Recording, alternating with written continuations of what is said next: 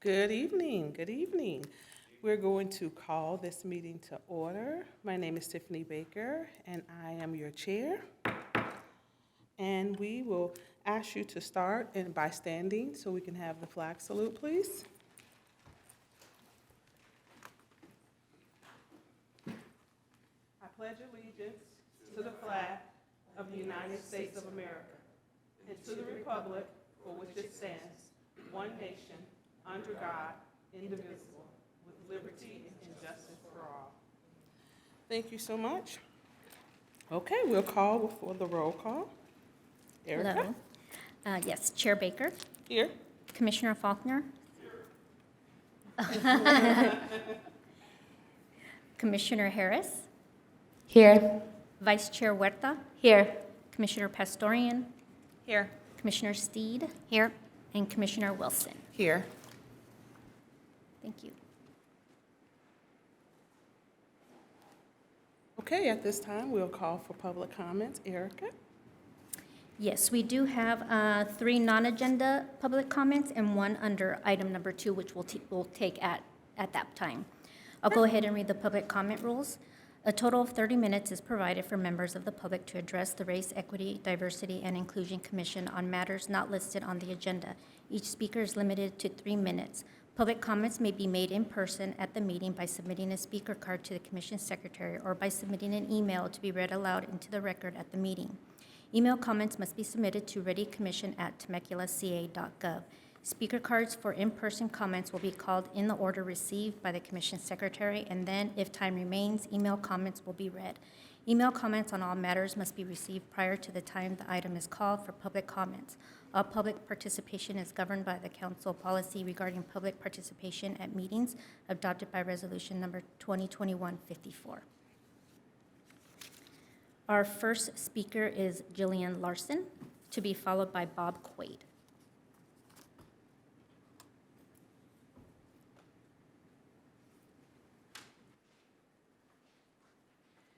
Good evening, Madam Chair Baker, Commissioners. I am Jillian Larson, and I'm a little short, so I'm going to move that. I have just returned from being out of town for about 2.5 months, so I wanted to come in and greet you all and thank you all for everything that you've been doing and will be doing, for your fortitude and your passion. So I have basically lived my life, I hope, trying to make a difference and inclusion in every way that I possibly can. So I believe that you all have the same mission. I believe that you're all qualified and capable of doing just that, and I look forward to watching that happen even more. I have been watching the YouTubes. It's nice. I can fast forward, I can pull it back, and I will continue to do so. So Temecula has been doing a great job in so many of the areas, and the workforce development program that was last month is totally incredible. So if people don't know about that, they really should check it out, because it is absolutely remarkable, and it just shows you what Temecula is doing. And there's so many other programs in Temecula for the aging population, to which I belong, special needs groups, those with various religious choices, families with ages of all children, and I have 7 grandchildren and 5 in this town, people with different cultures and races, lifestyle choices, and so much more. And this has all been offered and created in Temecula. And I look forward to seeing what else can happen, what we can all do together, and as we pull together as a community. And I hope that all of those minds pulling together will be awesome, and I know that the REDI Commission will be a very valuable part of that. So thank you. I am going to escape again, and I'm still sort of in elder jail. I'm not going to many functions, and I will be watching it on YouTube again. So thank you so much for all you do and all you will do, and I look forward to seeing it all happening in Temecula to make it the town that we all love. Thank you very much. Thank you. Welcome home. Thank you. Next speaker is Bob Quay, to be followed by Bob Cowell. Good evening. Yes, good evening, members of the Commission. Madam Chair, thank you for giving me this opportunity to speak. My name is Bob Quaid. I'm an 18-year resident of Temecula. I have 2 items that I wanted to speak of tonight, and I'm going to put number 2 first, actually. This commission is charged with identifying barriers and inclusions that groups that may be excluded or not represented in our community. The first thing I want to talk about is that low and moderate income people that might need rental assistance. I've noticed that the city website does not have the information with regard to the County of Riverside's emergency rental assistance program.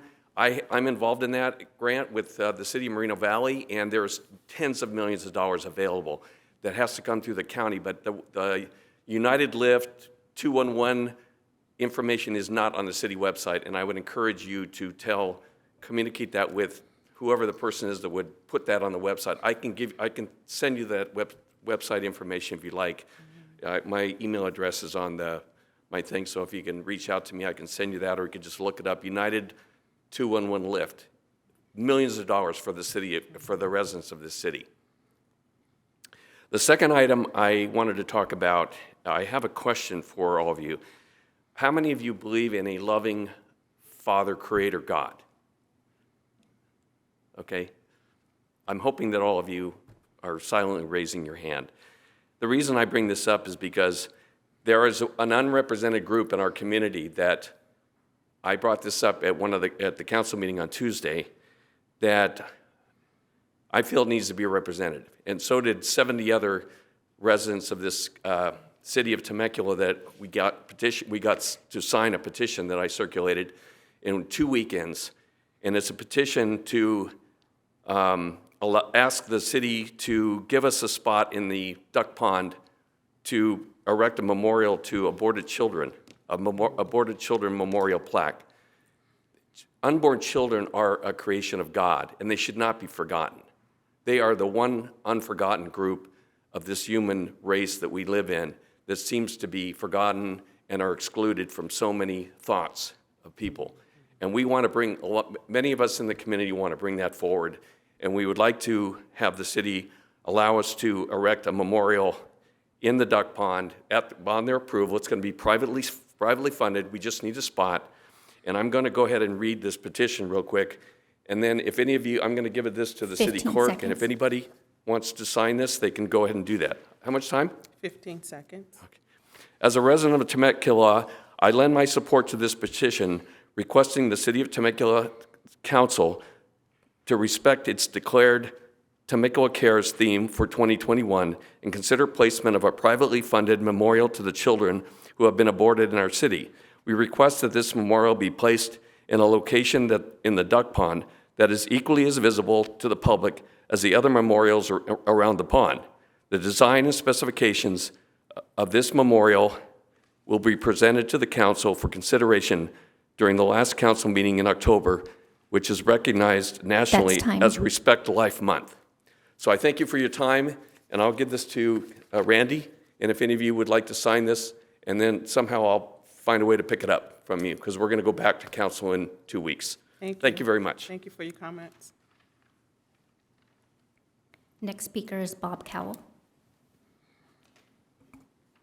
Good evening, Bob. Hello there. Hello there. I have a shirt. It's a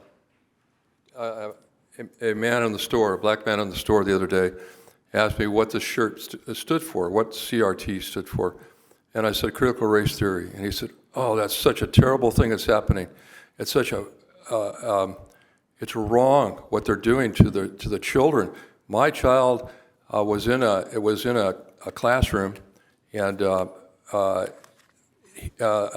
little white person, or girl, or a boy had to come over and apologize for something that they've never done before. Said, this is terrible what's happening. This is evil what's happening. And he is a black man working in a store that checked me out. And I won't say what store because I don't want to get him in trouble. However, talk about Ibram Kendi. He's kind of the founder of this critical race theory thing. And you know, he wrote an article in the Atlantic. In the Atlantic, he gives no reference to anything that's in there. The one thing references, meaning where he got the information from.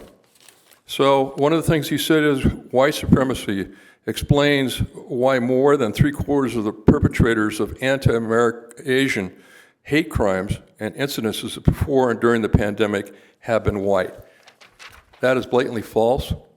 And if you look it all up, you'll find that most of the perpetrators were black. In fact, almost all of them were black. And I'll give two instances in the last just 2 days, or in the last few months.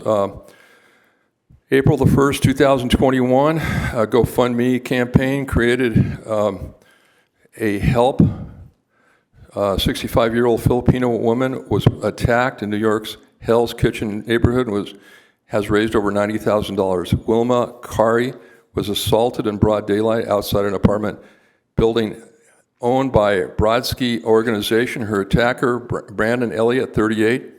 By the way, I have 2 minutes and 10 seconds to my 3-minute clock. Well, actually, you have Well, okay, 47 never mind. seconds. It's okay. Just be clear. Let's be clear. Punched and kicked her while yelling anti-Asian insults at her. And it's not the only, this keeps going on and on and on. And where are the white videos showing white people doing this? None, zero. Thank you. Thank you. And you did it in 29 seconds. Go, Bob. All right, thank you all for your participation. I want to say that we want to thank the city for allowing the REDI Commission to be here. You know why? Because you all have come and spoken, and the city is listening. We don't have the power to do anything but advise, but I think we have power to give opportunity for voice, and that's what this meeting is for. So thank everyone for sharing. We always have the council listening, and they ultimately make the decisions. But come and share. We want to hear. Thank you. Thank you for sharing.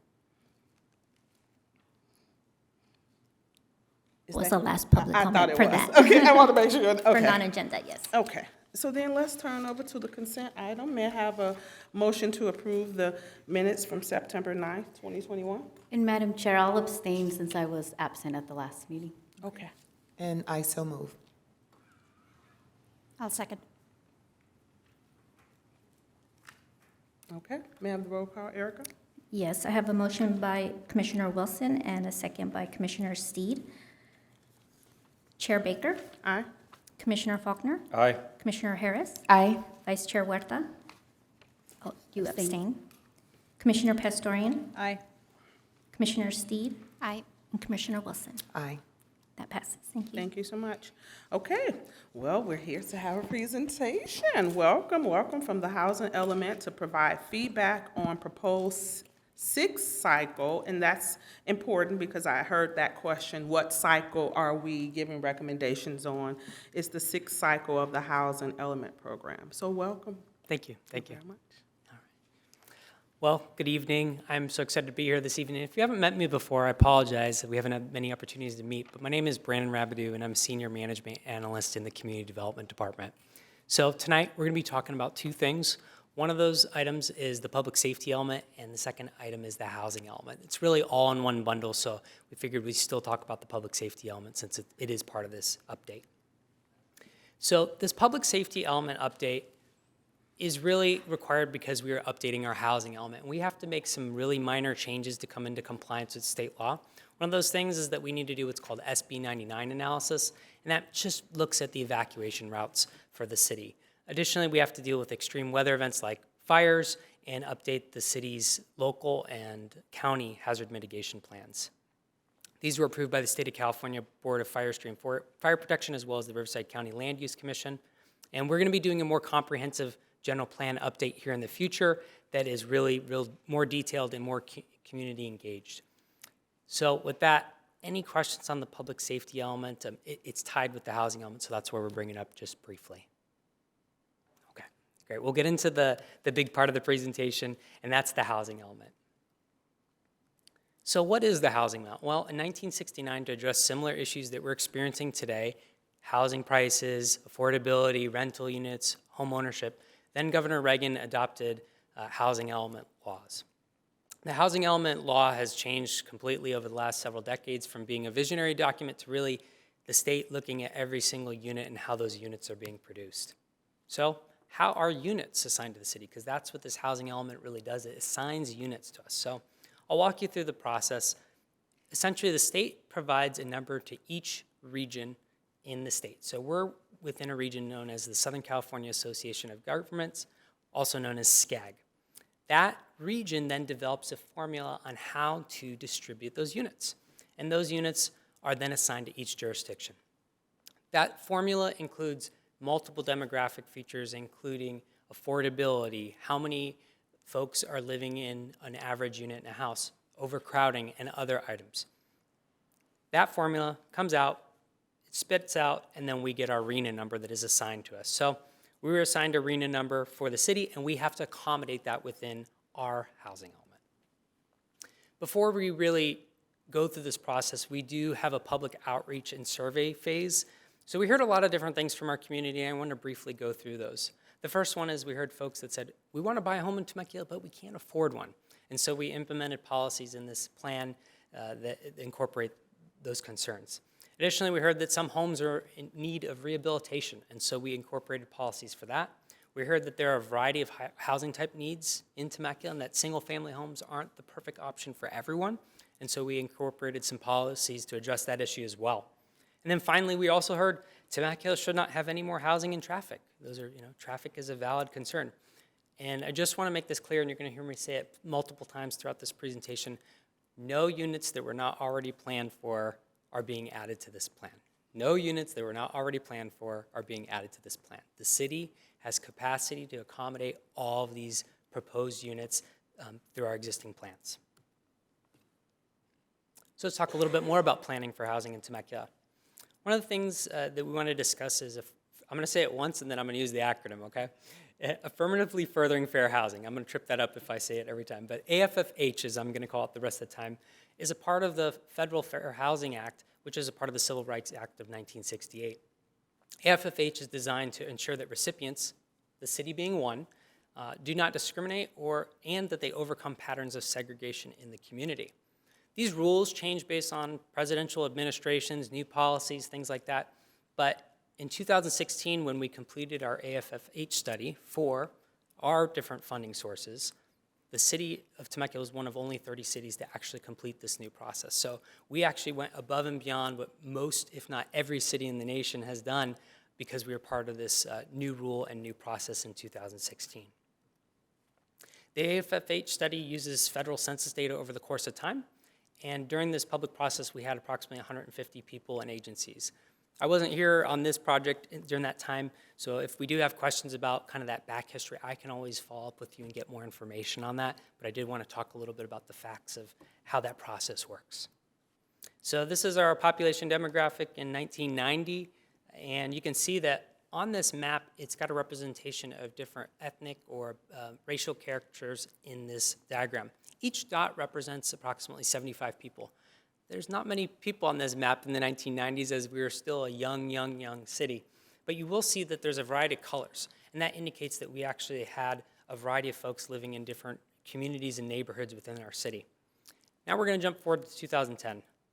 As you can imagine, there's a lot more dots and a lot more people. And so you'll see that the makeup of the city continues to have intermingling dots and colors because it's showing that we actually did not have a pattern of segregation from a statistical analysis from the U.S. Census data. So I'll go back, 1990, you do not see like one community is one color. You actually see that it's intermingling throughout. So that's a great thing, and it's something to be proud of the community, that over the course of time, this city does not have neighborhoods that are specifically one race or ethnic background. In terms of local facts, obviously these numbers go back to 2000, but the city was 57,000 residents and it's grown almost to 113,000, but our growth is slowing down. That's normal as a city grows out to its ultimate development capacity, but we still are having pretty significant growth. This next slide shows that we have a higher percentage of home ownership than the rest of the SCAG region, so we're talking about Los Angeles County, San Bernardino County, other large counties, which is a great thing. But most of our newer residents are actually renters, and they've moved to the city in the last 10 years. This slide shows the makeup of our housing. You'll see that the green, or teal, depending on what color you may see, that is showing that we have a higher percentage of single-family homes than the rest of the SCAG region. So we are a suburban area. We do have a lot of single-family homes, but we have a lot more than a lot of communities in our region. On this next slide, you'll see that the vacancy rate is 5.6 for the region, and our average household size is 3.24 people per unit. We generally have a higher vacancy rate, but I am going to just tell you that these are really stats that come from SCAG. If we looked at this data now, it's going to be different. We all know that COVID has impacted vacancy rates, so just wanted to be really clear and transparent about that. But more importantly, based on the regional data that we have, that's what it showed for the time that we forecasted this. Affordability and home ownership. The important takeaway here is housing prices have been increasing. Everyone understands that in our community, and they've increased even more since this data set was taken. But I do want to point out that in 2011, it cost a family of four approximately $97,000 a year to afford a home within the city. That has jumped all the way up to $125,000 a year, or $62 an hour, just to make a down payment and afford a median home in Temecula. So that's one of the concerns that we have as we look at this data. In terms of spending on rent, another concerning figure is that approximately 25% of our community spends more than 50% of their income on housing. And so this housing plan has to address that issue so that we can have attainable home ownership or rentals. I'm going to grab some water real quick.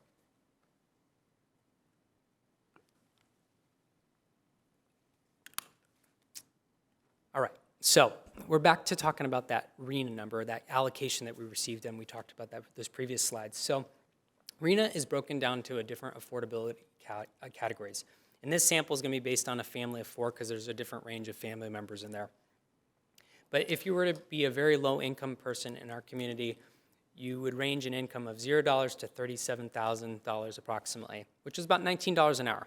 The reason we're showing you those hourly wages, we want to show you what does that actually mean? Because a lot of people hear salaries, but they don't really know what an hourly wage may equate to. And so these income levels are broken down into different categories.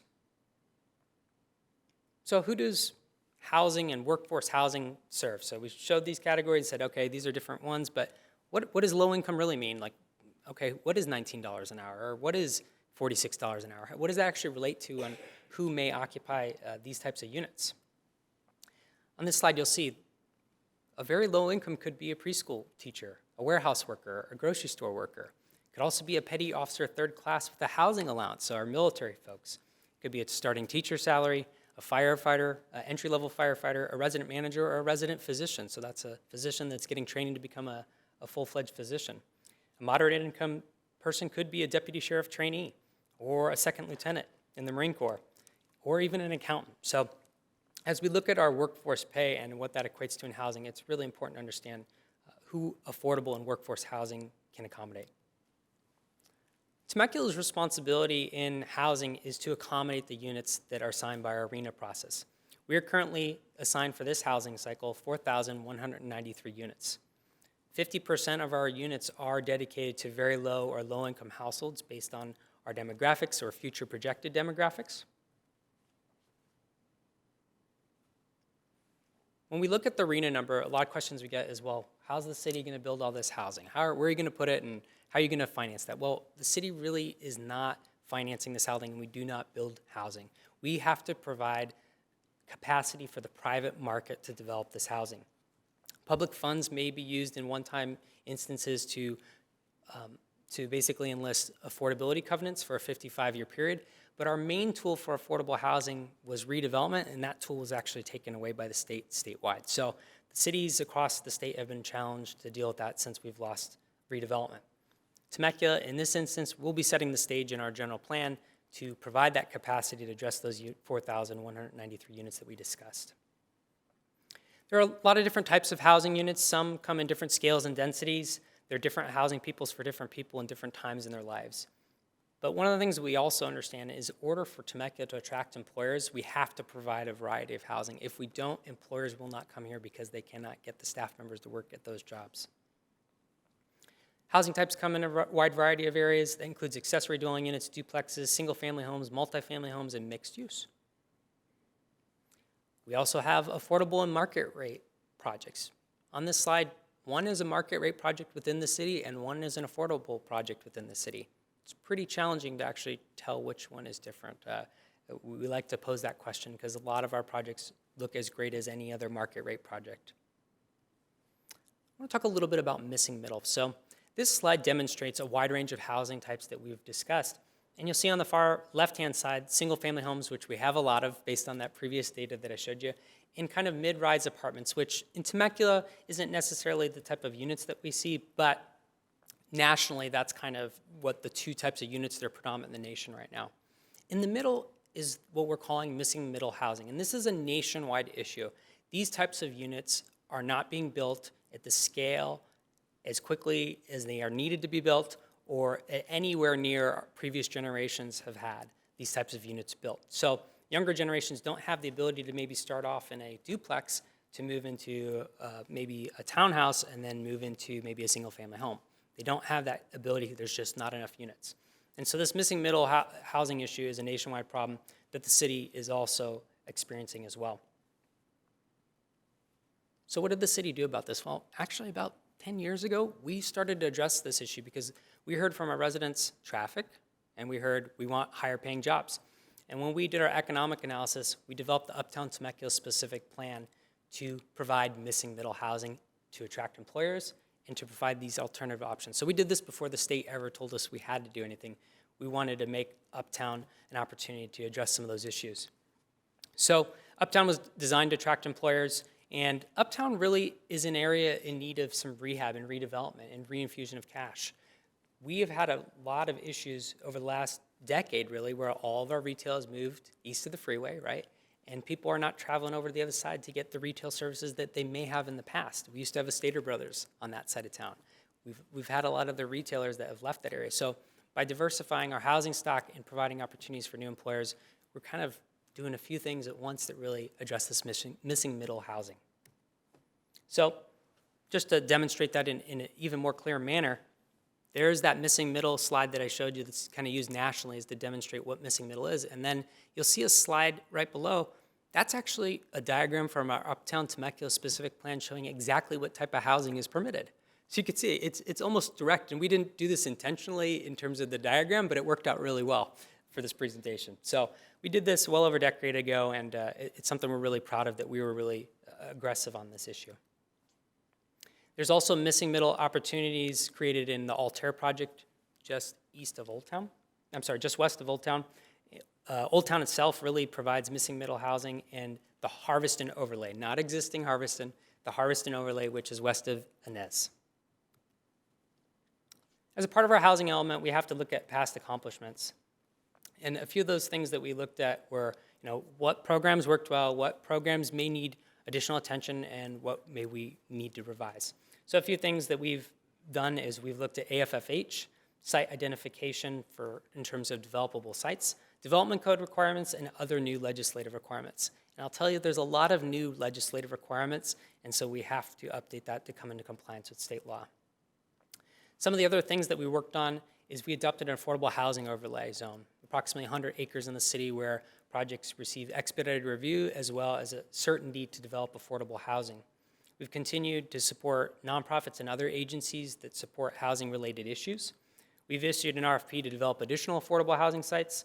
We also updated our accessory dwelling unit ordinance to allow ADUs in more places in the city. We've also rehabbed existing affordable projects, and we continue to work on other projects as well. So, during our last cycle, our fifth cycle, because we're going into the sixth cycle, how did the city do as a community, and how did the market deliver the housing units? Well, we were allocated 1,493 units, and the market built approximately 1,800 units, which is 127% of the city's total fifth cycle. So from a market perspective, they delivered our total number of RENA, but you'll see that we are missing on the extremely low, very low, and low categories. One of those reasons is redevelopment was removed from the cities, and we didn't have the ability to do that. And the other reason is the market generally doesn't build affordable and low-income housing on their own, right? It requires incentives and money, and we are at historic lows for investment in those types of housing units from the state and federal government. So that's kind of the recap of the fifth cycle and what we did, and we're talking about what are we going to do in the next cycle now. Well, we have to adopt some new programs, as I mentioned earlier, and that includes maintaining adequate sites. That means maintaining adequate capacity for units to be built within the city. We have to address anything, if a piece of public property is sold, we have to make it available to housing developers for affordable housing first. We have to deal with replacement affordable housing units if they were to be demolished for some reason. We have to have more programs for accessory dwelling units. We have to address special needs housing construction, which the city is actually a leader in. We had this in our last housing element, and now it's been codified into law, so we're very proud that we were already ahead of this. And we have to make additional zoning code amendments with many new housing laws. There's probably another 3 laws that came out just 2 weeks ago, so we'll have to address our municipal code to address that. Then we need to look at economic displacement risk analysis. Essentially, if we were to have housing redevelopment and it pushed out folks, we would have to understand where they would go or how we could address those needs in the future. As I said at the start of the presentation, the most important thing to get from this presentation is the city has adequate capacity to accommodate RENA at all of our different income levels. We have credit for units already built since July 1st, 2021, and we are really starting to see a lot more accessory dwelling units and junior accessory dwelling units in the city. That will then be figured into that RENA number, and I'll show you a slide on that in just a second. We have vacant land within specific plans, and we have vacant land outside a specific plan. A specific plan is essentially a plan document for a community like Harveston, Red Hawk, Vale Ranch, and other similar communities. And that is just delineating if it's in that or our regular zoning for folks that aren't familiar with our zoning process. Vacant land also includes areas in our affordable housing overlay. So this is the city's 6-cycle RENA, and you'll see that 4,193 unit demonstrated in the upper right-hand corner. But you also see in the lower right-hand corner that we have a surplus capacity of approximately 5,313 units. So the city has not only done its part, we actually have more than enough capacity in our existing zoning, our existing general plan to generate these units. We are not adding any additional units with this housing element. This is a site inventory report that shows many of the vacant parcels in the city that can accommodate the units. We have to demonstrate this to the state. And as a recap, we have adequate capacity. I want to talk a little bit about public outreach. In terms of the public outreach process, we tried to have a very robust process. It's been a challenging 2 years for public outreach in general. But we did maintain a city website. We had a housing survey, which actually was the most successful housing survey we've ever had. We had approximately 800 survey responses. But we didn't just do it online because we know there are certain people in our community that just may not want to get on a computer or don't have access to it. So we printed paper copies. We went to the laundromat and coffee shops. We also went to our help center, right? We gave paper copies to those who are homeless or maybe at risk of homelessness.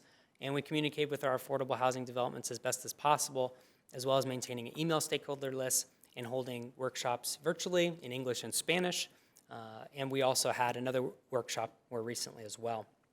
We also had general advertisements, which included a newsletter that had an article about the housing element to every resident within the city. We had a branding campaign called How's This?, which was our social media platform for the entire period we were working on this outreach. We had economic development email blasts, Channel 3 spotlights, Temecula chamber mixers, real estate organizations, and like I said, focus outreach for our homeless. And in our senior community, we actually included paper copies when they were picking up their meals last year, I should say. So to recap our outreach, we had 860 survey responses, 55,000 emails sent, 33,000 newsletters that included a housing element article, 77,000 social media impressions, and 849 social media clicks. I do want to talk a little bit briefly, real quick, about coming to the REDI Commission tonight. This item did go before the City Council on Tuesday, and this isn't an intentional oversight. This really came down to a timing issue. We would have loved to come to the REDI Commission beforehand, but we have a very tight deadline to get our information off the state. The state will be reviewing this document, so your feedback will be incorporated, and then we will likely be coming back to the City Council in January and February. But I did want to just talk about that. There wasn't any reason that we didn't come to the REDI Commission first. It was really a matter of timing. We got our numbers from the regional agency 6 months late, and we had to have it adopted by October 15th. So we needed to do it in sequence, and unfortunately, I apologize for that, but we ran out of time. So your feedback will be incorporated. We will incorporate it with the state's comments and bring this back to the City Council. So please do not think that your feedback is diluted in any manner whatsoever. We will incorporate it. So next steps, California Department of Housing and Community Development is reviewing our housing element, and they'll be back to us in November, and they will likely have comments, which we will return to the City Council. We had a statutory obligation to adopt again by October 15th, and if we didn't, we could be in a lot of trouble, and so we didn't want to be in trouble, so we'll address the state's comments as we get them. There are some other things that I would really appreciate this group's involvement in.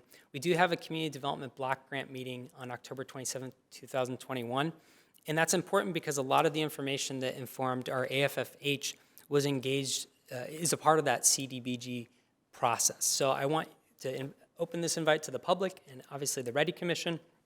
We're going to be having a morning meeting and an evening meeting, and we do have a survey that's available online as well. So this is really important. As a part of this housing element, we're already really kicking off our next steps for our next housing element and our next community development block grant. They didn't even give me a day off. They said, go ahead, start this next process immediately. And it's not even adopted by the state yet. So we'll get on that, and we want to make sure you're engaged, communities that you may represent are engaged, and that we can provide some outreach on this very important process. And with that, I'm available for questions, and happy to be here this evening. Thank you so much for your presentation. Wow, Commissioners, I see Chair that you- Baker, we do have one public comment. Okay, good.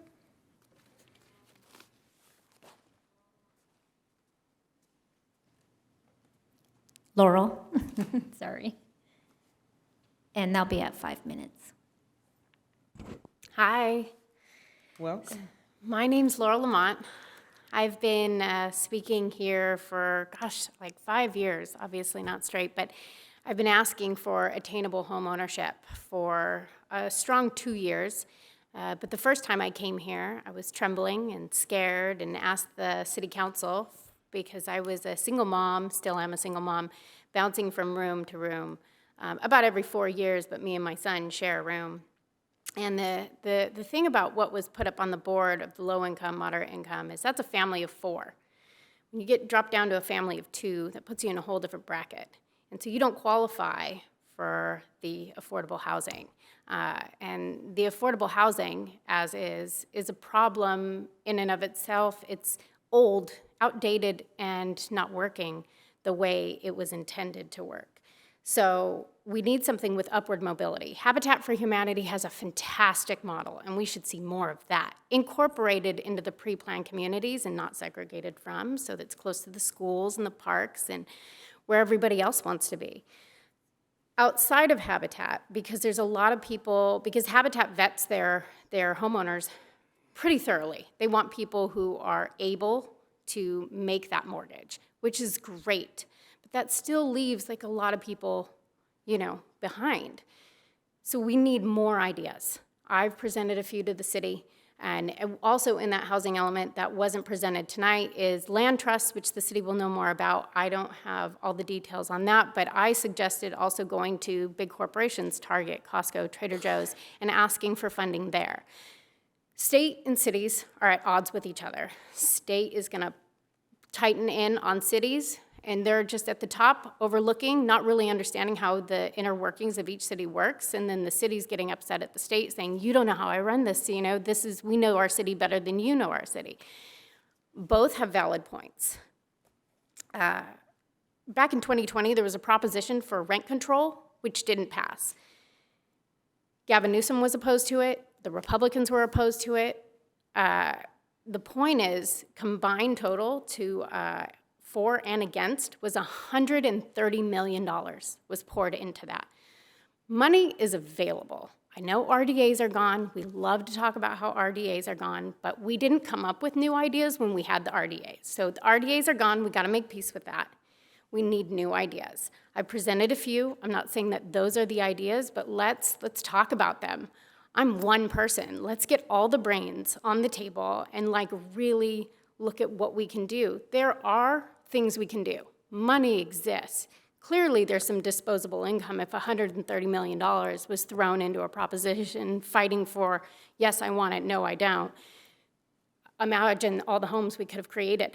So there's a whole workforce out there, and according to Housing Element, $125,000 is how much we have to make in order to, afford a home here. That's not workforce housing. And, you know, back in the 50s, when we built homes, we built starter homes, small homes. Even if you gave the homes we build today away to the workforce, true, we couldn't afford them. We couldn't afford the property taxes, the maintenance. It's too much house for somebody that makes an income that I make. So we need to come up with new ideas. We need to come together and pull it apart until it works. But what this does, it restores value to the workforce and the service community that is serving the community. All of these people are working, and yet they can't afford to live where they serve the community. And that is how we reduce traffic. Let's not have people commute from Paris to serve Temecula. Let's bring the housing so that the service industry can live where they work. That's it. And I look forward to talking to you more. Thank you. And thank you for your courage. You didn't have a problem speaking at all. That was the only speaker, public comment. Thank you. Okay, thank you.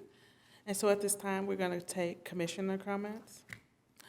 Well, before we open it up to commissioner comments, in the spirit of transparency, I'm learning about this issue. However, I've served for over a decade in anti-poverty arena.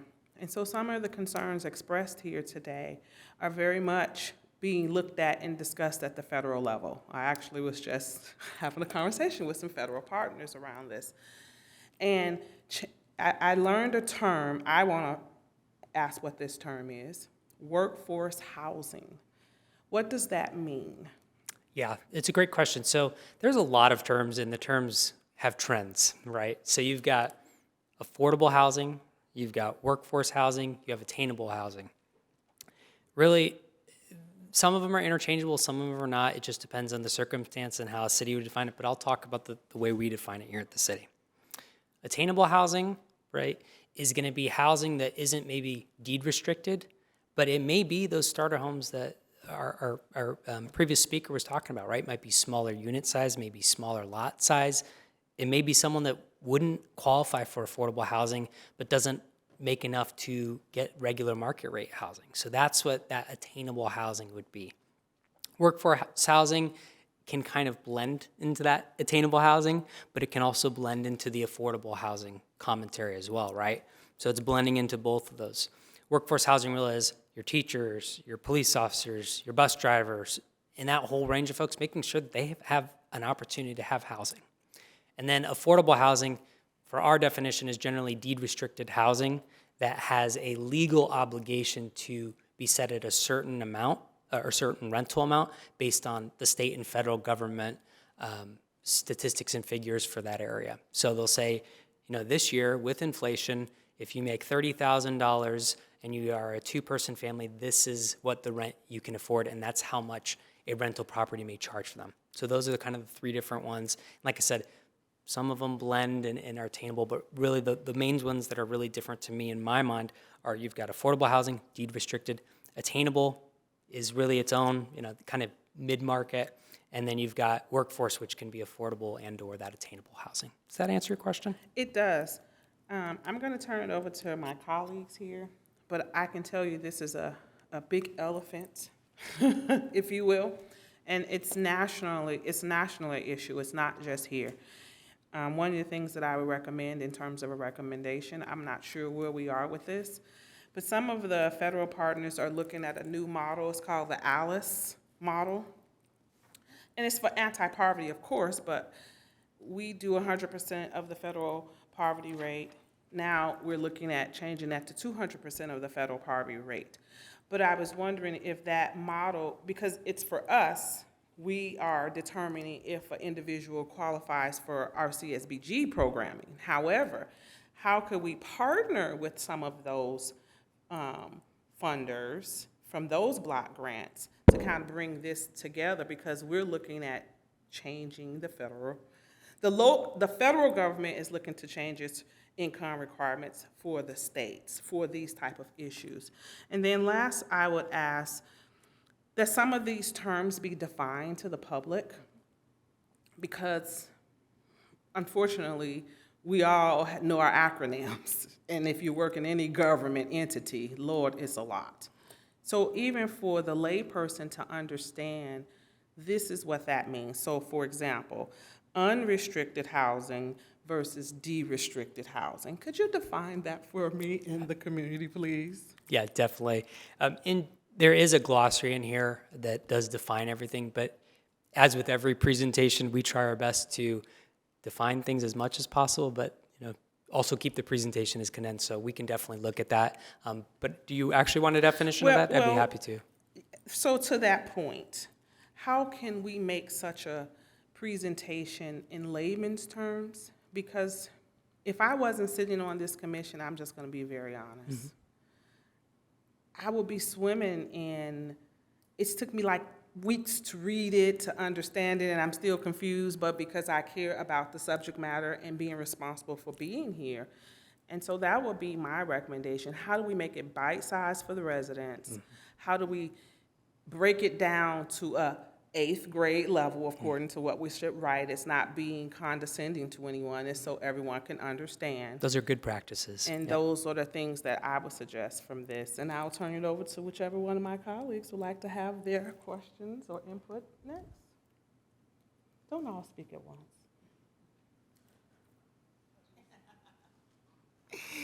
When I saw the other realtor reach for it, I thought I better go. First of all, you did a very, very good job on your presentation. I know it's like 207 pages. We were, going through it. But I like the summary that you did. I just had a couple of questions. I know we talked about rentals, and that is a big issue. And I say that because they have just skyrocketed. It's just, I have no idea how you can go from $1,500 a month to $2,000 a month, and the property looks the same, and nothing has changed. But we do have that issue. We have rentals. Is the city prepared? Well, how can we bridge that gap? Because we know that the average homeowner, 3.24%, they cannot afford the $2,000. They can't afford to buy right now, but the rent is just out of control. Are there any type of programs or incentives or something for to bridge that gap to help with assistance? Yeah, it's a great question. So there are a lot of different resources at the federal and state and local level. The thing that you're talking about, let me kind of break it down into two parts in that question, and please interrupt me if I'm not hitting part of your question.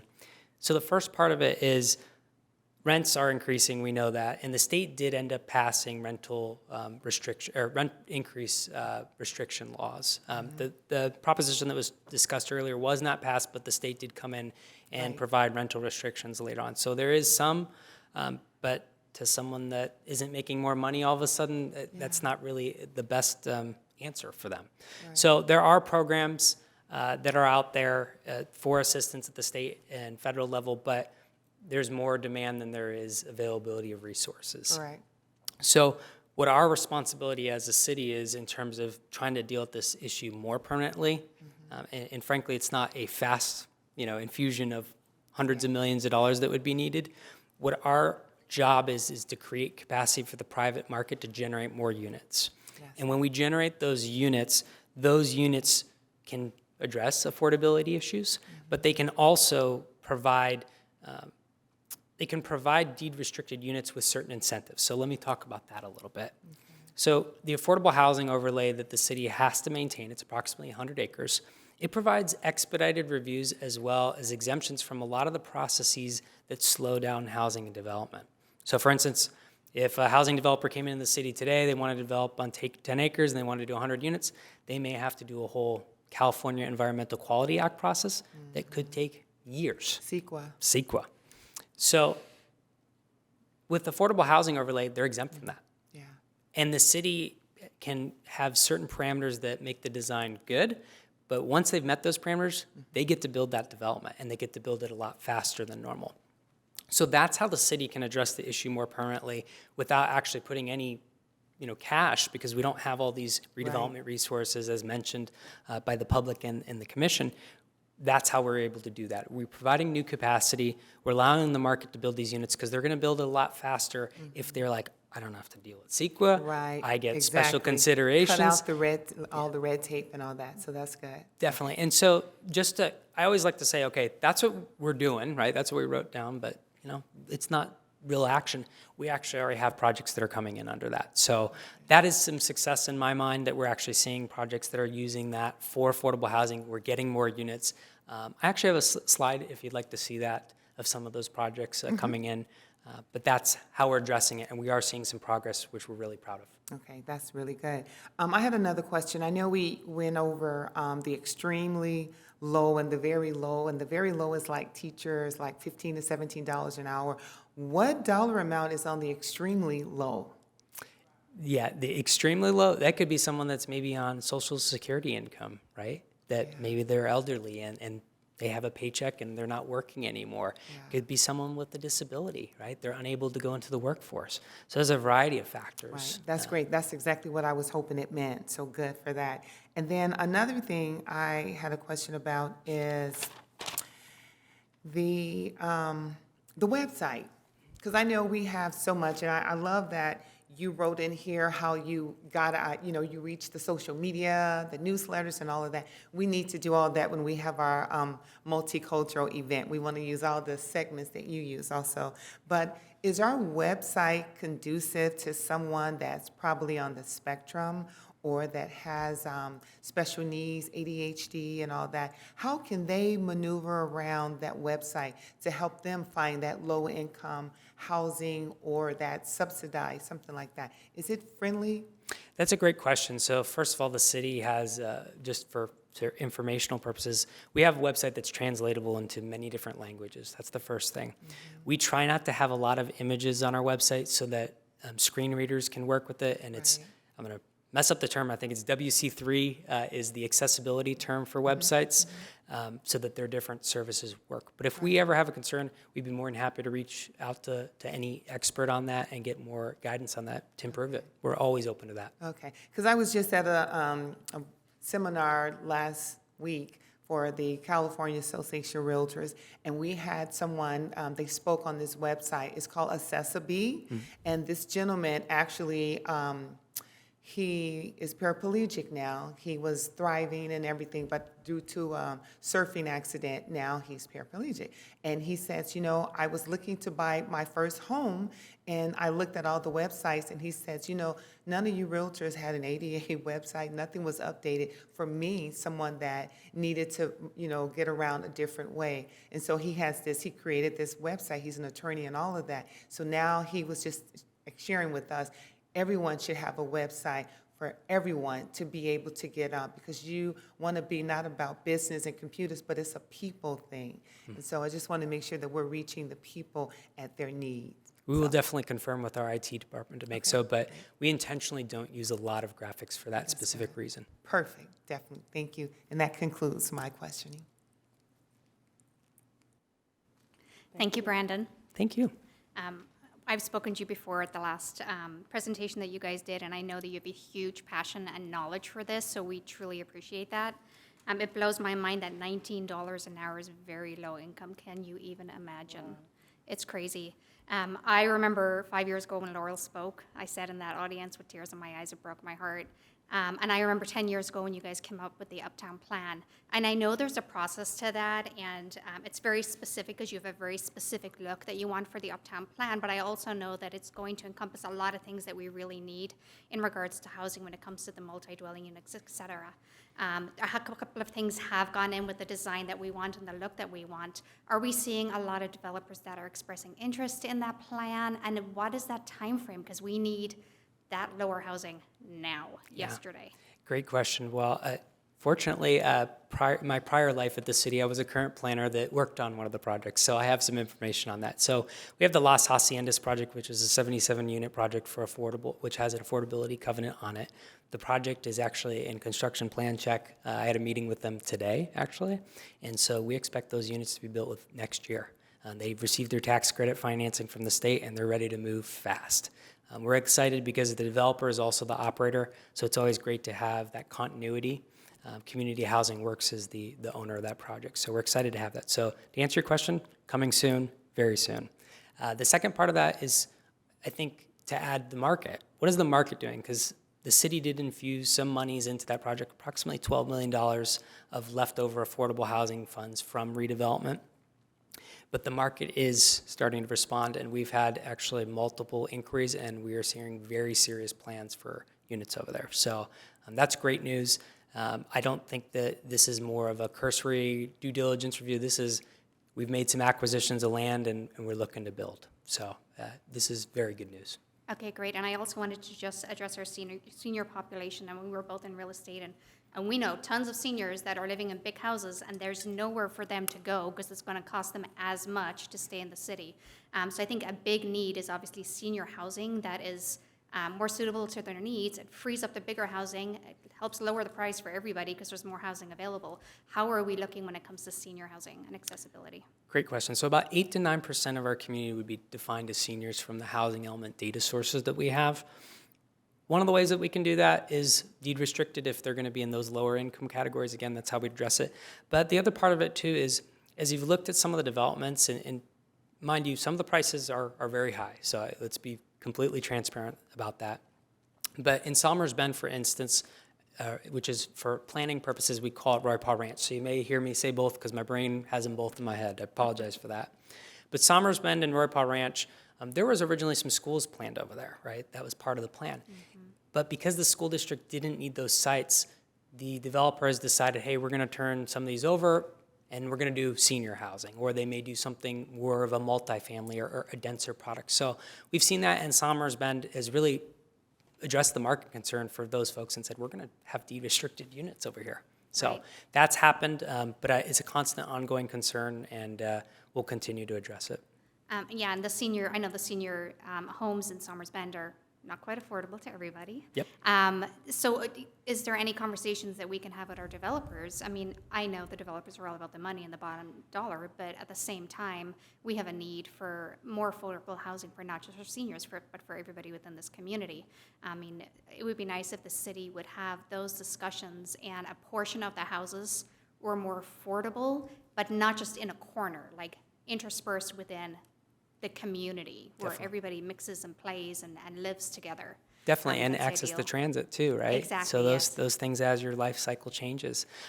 Great question. I'm going to throw a couple council members that might be around in the audience that are always asking those questions of staff as we have new developments come in. They do a great job of that, and they hear the concerns about that. I think when you listen to city council meetings, they talk about senior housing. So I think our policymakers are asking those good questions, and it's on their radar.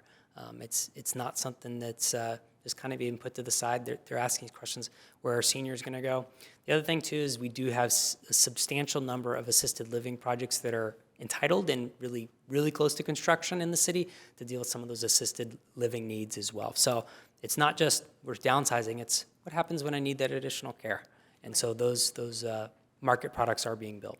So. Great. Well, I appreciate all the work you've done, and thank you. And I'm sure I speak for everybody that whatever you need from us, any way we can keep this going and get our people in houses that are affordable, we'd love to do that. Thank you. Thanks.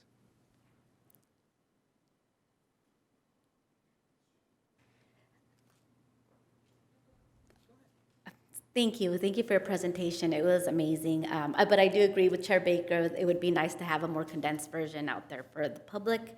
My question is regarding the accessory dwelling units, or the ADUs.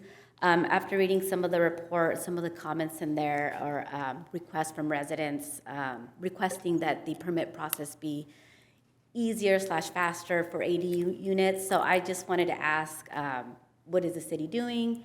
Is there any plan to streamline this process? I know other cities are looking at this as well, and just wanted to get your feedback on that. Well, it's like I predicted that question would be asked. Give me 1 second. All right, 1 second. This is what we're doing.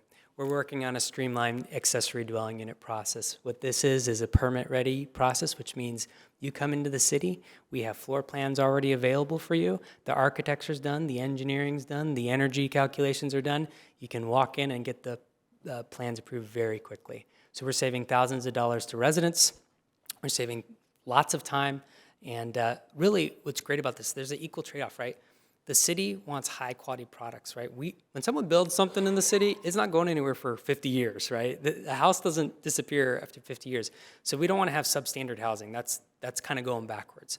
So the trade-off is you get a high-quality product that is quick to build, and it's already approved by the city. So that's what we're doing.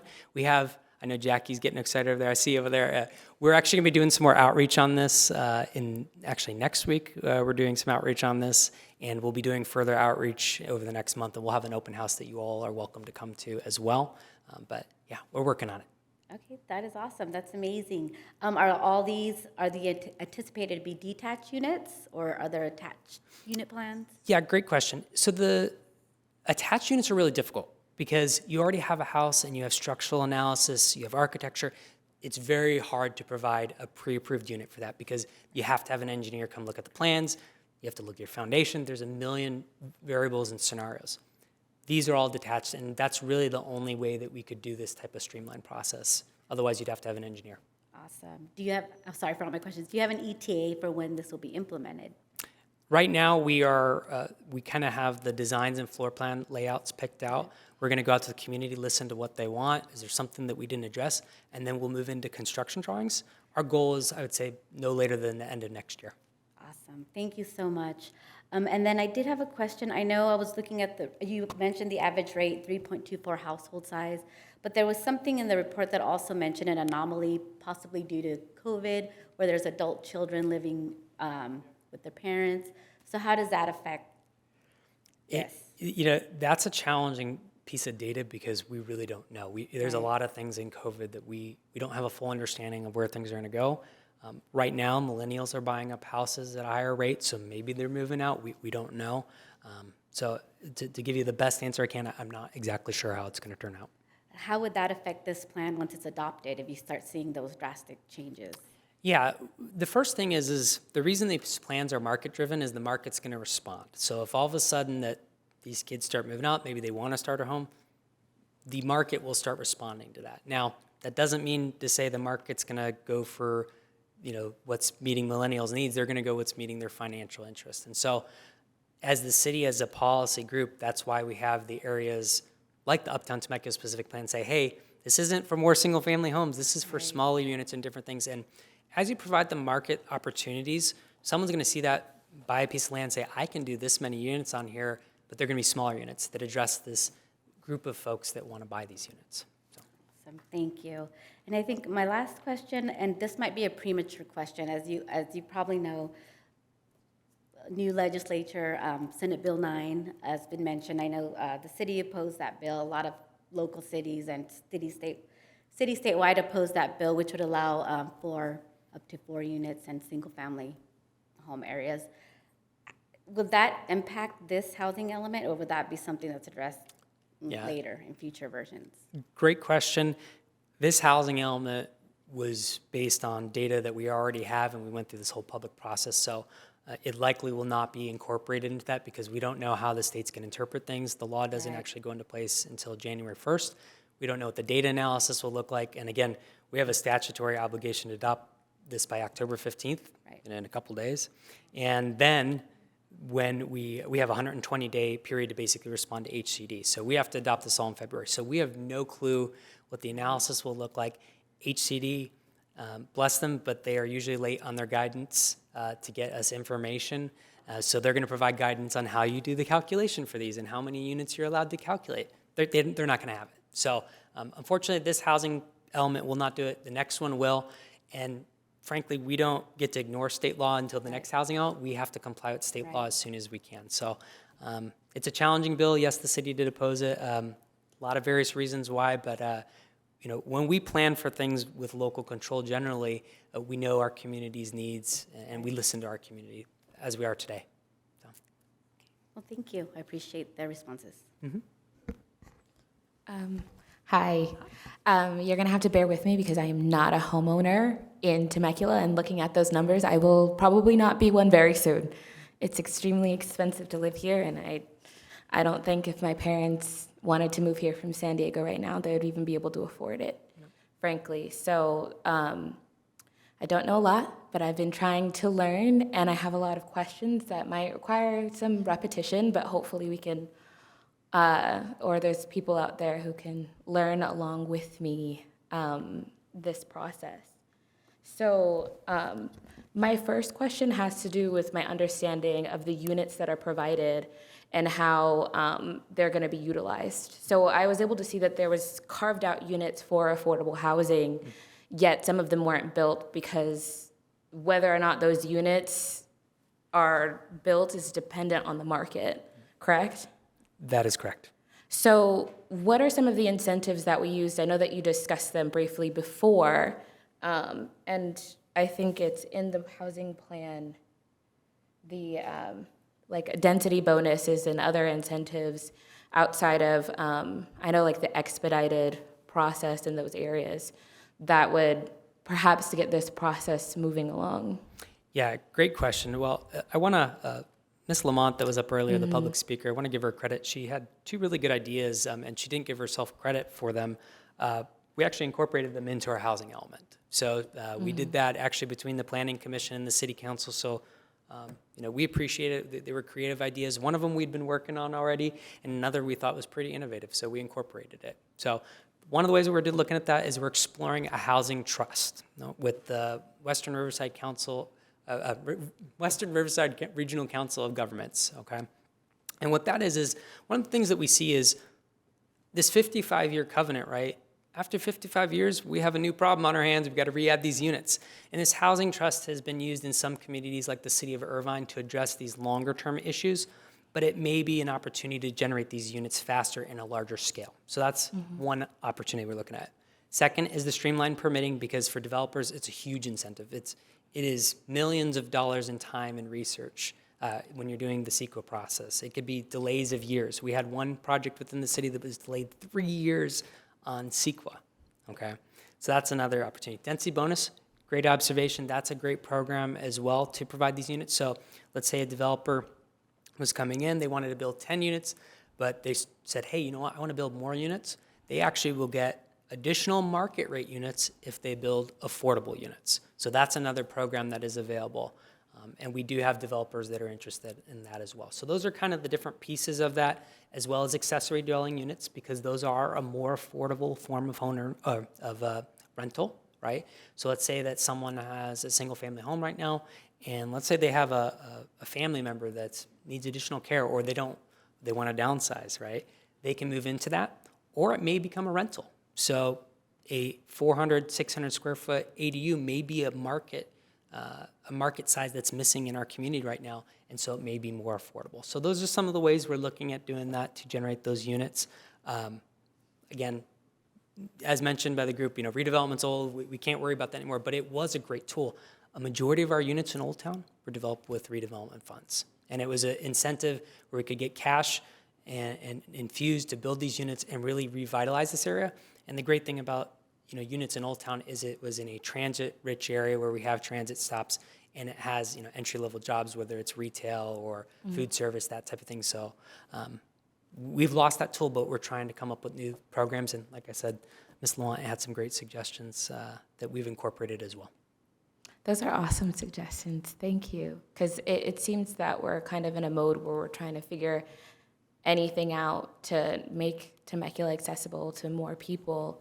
So I'm hoping that you can define this for me. What is technically considered like affordable here, like affordable housing for individuals? What does that cost look like? Let me go back a few slides.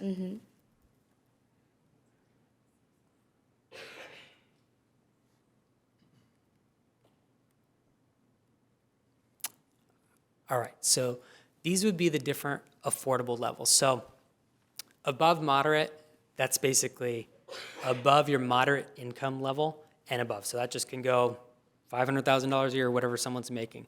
But the very low and moderate income levels, those would be considered affordable for different categories.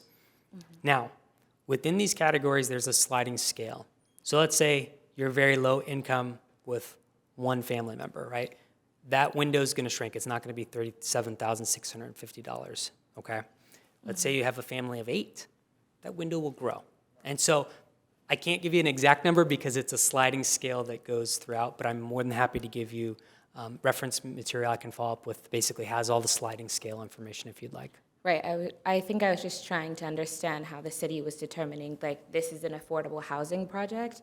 And then just to, like, lead up on that, I know that there's a lot of developments that will have some affordable housing units and will be considered affordable housing, but they're actually, like, luxury apartments. I'm wondering how do we, like, mitigate for that issue? Yeah, that's a great question. So in that circumstance, let's say that you had 100 units come in, right? Just 100 total units, and 25 of them had to be affordable, okay? They could be in a luxury apartment complex, but those 25 units that were designated affordable or deed restricted affordable, they would not be able to charge above the amounts dictated by the state and federal income limits, right? They can only charge this much rent. So those other 75, the developer can charge whatever they want, but these 25 would be deed restricted. It means you can't charge them, it's against the law to charge above this. That's how that would work in that type of project. Okay, thank you. You're welcome. So I think my next question was, it looked like one of the policies on here was to ensure that y'all were monitoring like dislocation if people are being moved out because the housing prices have increased and the rents have increased.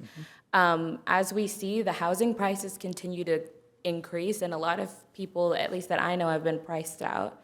So once we do acknowledge and see that that's an issue, like if you target that, what are some ways that we're going to, bring that back down?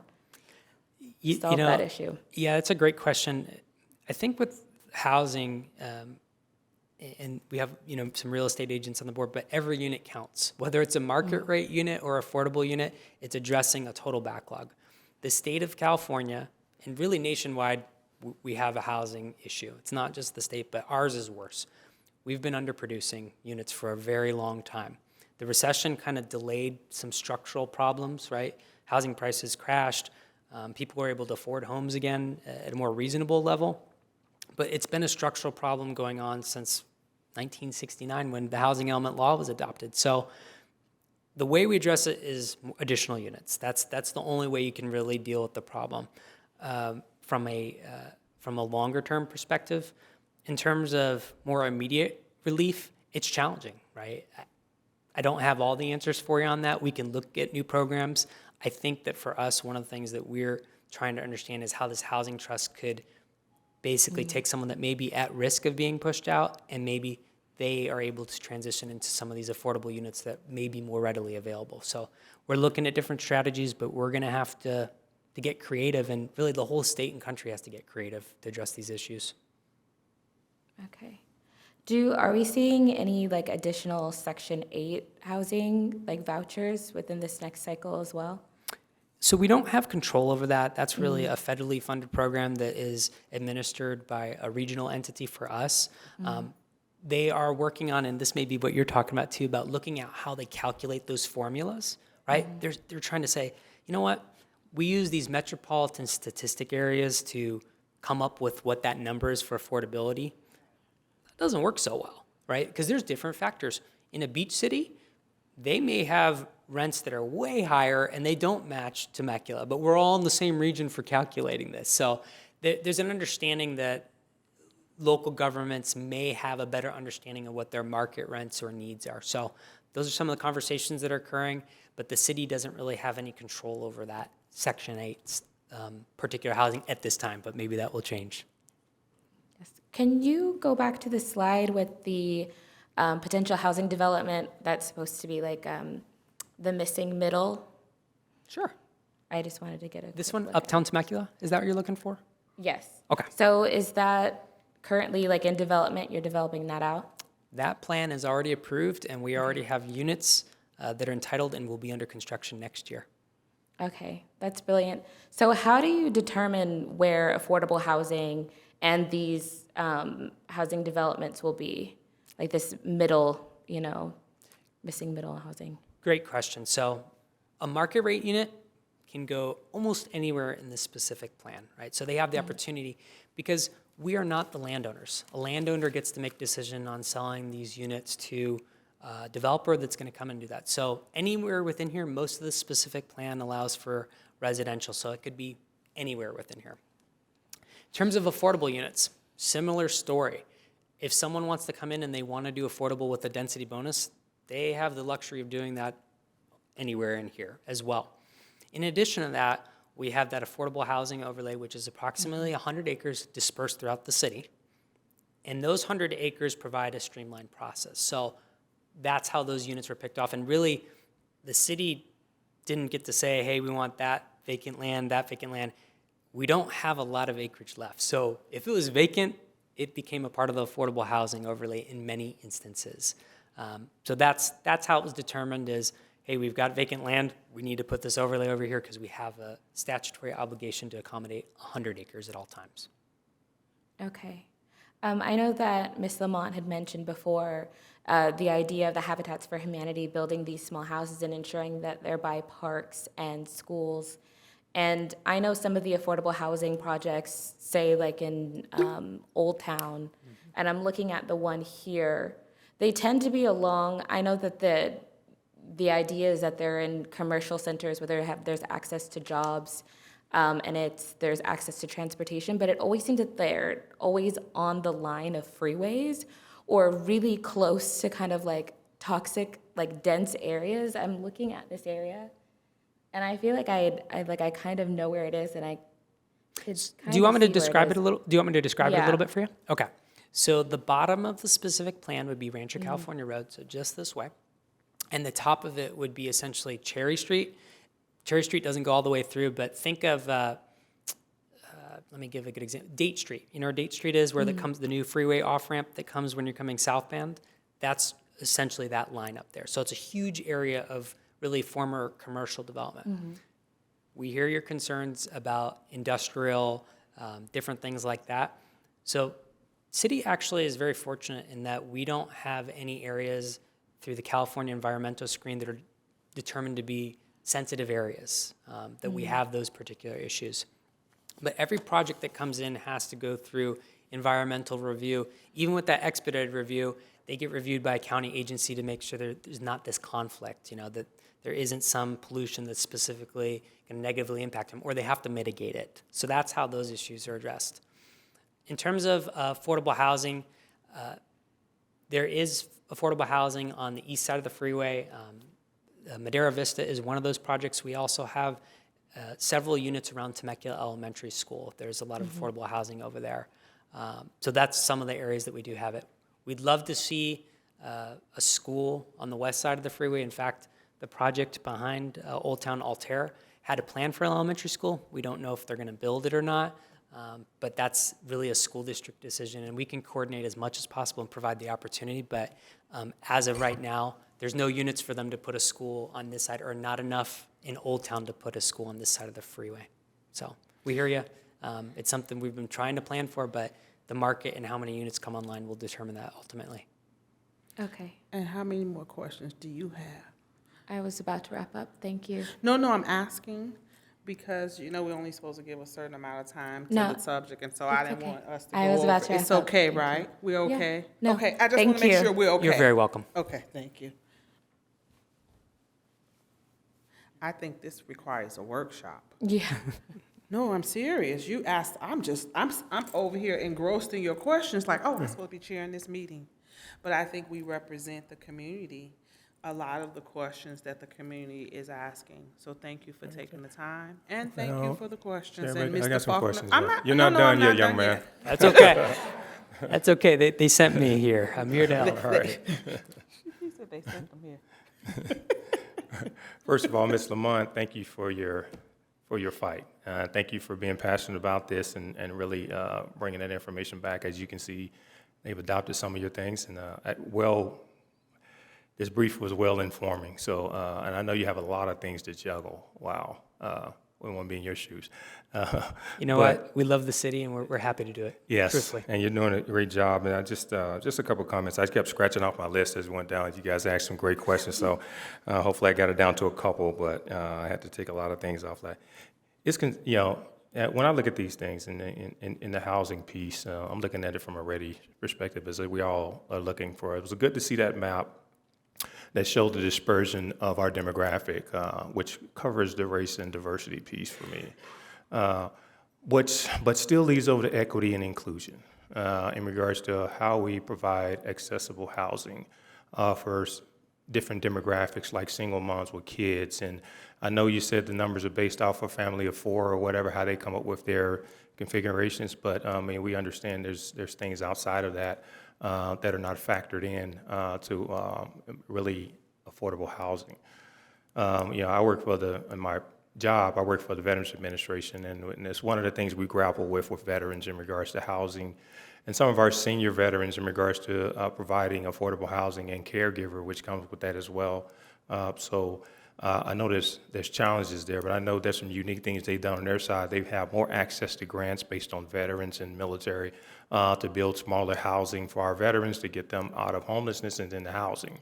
And I know you guys have probably have all over it and looked at that as well as a model, but I'm just trying to figure this out. Another map I looked up while I was researching this was, well, they laid out across the nation what it would take, the minimum wage it would take to be afford housing in specific states.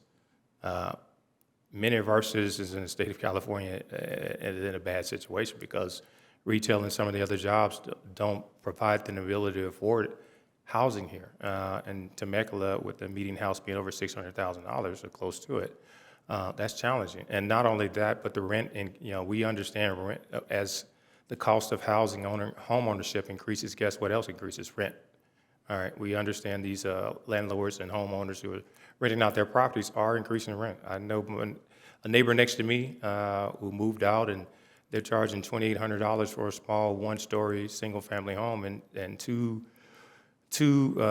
couples had to move in there really just to afford the rent. I mean, and split it like that. So that's a challenge here that I'm sure you guys are trying to take every opportunity to try to figure out a solution to it. And I can see the work you're doing in it.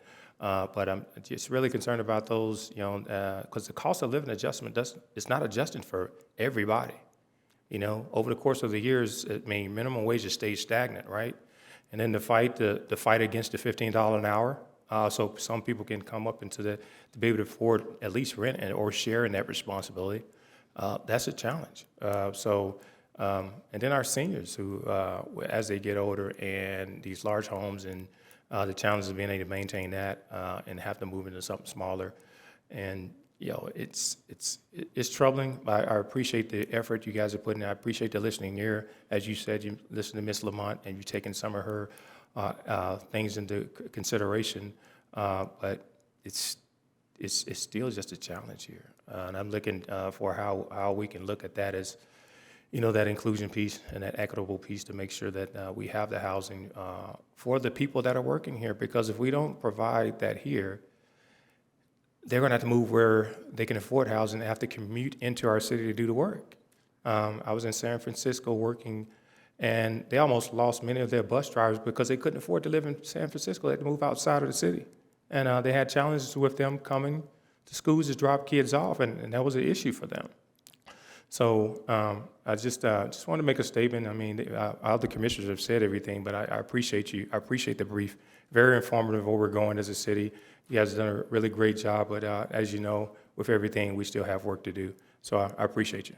Yeah, definitely. You know, we look at all protected classes, and again, that CDBG meeting that I discussed earlier, this is a great opportunity for you to be involved or involve constituents or involve certain communities that may need to be involved that aren't or haven't been involved in the past. And I strongly encourage you to get involved. At minimum, share that survey. Let us get that feedback. Let's see how we can serve our community, develop our next AFFH to feed our next housing element, to feed really some of our federal funds that we receive to address issues in our community. Yeah. So I can't emphasize this enough. We're excited to share that, you know, that process is already underway so we can make progress on that. Appreciate that. Thank you. Commissioner Pastori. Thank you. Much like Commissioner Faulkner, you know, I've been scratching off my list as well, which is great. So let me go back really quick to, because I'd be remiss if I didn't say it certainly from the REDI standpoint. When you talked about the opportunities and you talked about how you provided different workshops and such, and they were available in different languages, and you mentioned too, have you considered making that available in other languages that are representative of our community? Definitely. So as a part of this AFFH process, we look at the demographics of our community, and we have to serve different populations. So one of the things we'll be seeing in this next AFFH is we have a large Filipino community, and they will need to be presented information or make it made available for that. So all of our flyers that we are sending out now, you'll see they're in Spanish, English, and now I'm going to say Tagalog. I'm going to say it wrong. So they're in that as well. So Okay, and that's why I also mentioned our website. We try to keep it text so they can translate and have that. So Perfect. And with that, have you considered presenting as well in ASL? That's a great question. Our city clerk, I know, anytime we have an opportunity to serve our ASL community, we do so. Yeah, and great question, Commissioner Pastorian. I can share that we are in the process right now, working through the city attorney's office to get a citywide language translation agreement for all of the departments, so that anytime we are going out for any need, whether it is CDBG or whether it is ASL purposes or whatever it might be, or if it's somebody that is requesting for our agendas or our public meetings or whatever, that we have on an on-call basis access to multiple language speakers through a firm, so that we're not scrambling when the request comes in. We already have an existing agreement. We pick up the phone, we call them, we let them know when and where, and the whole city can pull from that. All departments will be able to pull from that. That's amazing. That's really good to know. Does that, just curious if that would also include printing in Braille, should there be a need? Yes, so we will actually do either a full quote process or a full RFP process. That is what we're trying to figure out right now. And we will make sure that the Braille is also incorporated. Perfect, thank you. That answers one question. Like I said, I'd be remiss if I didn't ask that question from our standpoint. The other piece, I think as a parent,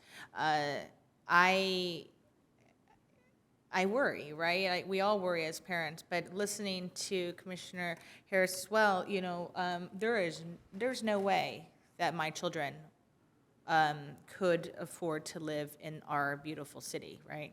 And to Commissioner Huerta's point, I don't know that it's so much an anomaly as it is simply the anomaly being the housing prices, which isn't any longer an anomaly. That is what it is, right? So there's definitely something to be said there when the people who are the low income are the ones on the front lines that we've actually deemed at this point over the last 20 months as essential workers. So that's kind of, it's sad actually, right? Recognizing obviously the city does not have necessarily control over that per se, but that is where I would say, and you've obviously addressed some of those creative avenues that the city is taking, and I would encourage the department to continue to find creative avenues.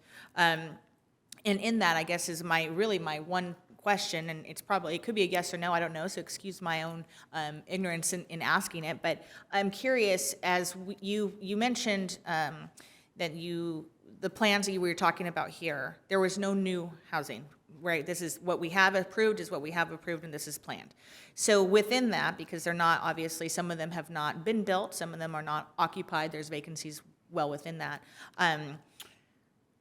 We've identified a need, so in the community. Is there abilities there or restrictions that would not allow us to change how they are classified?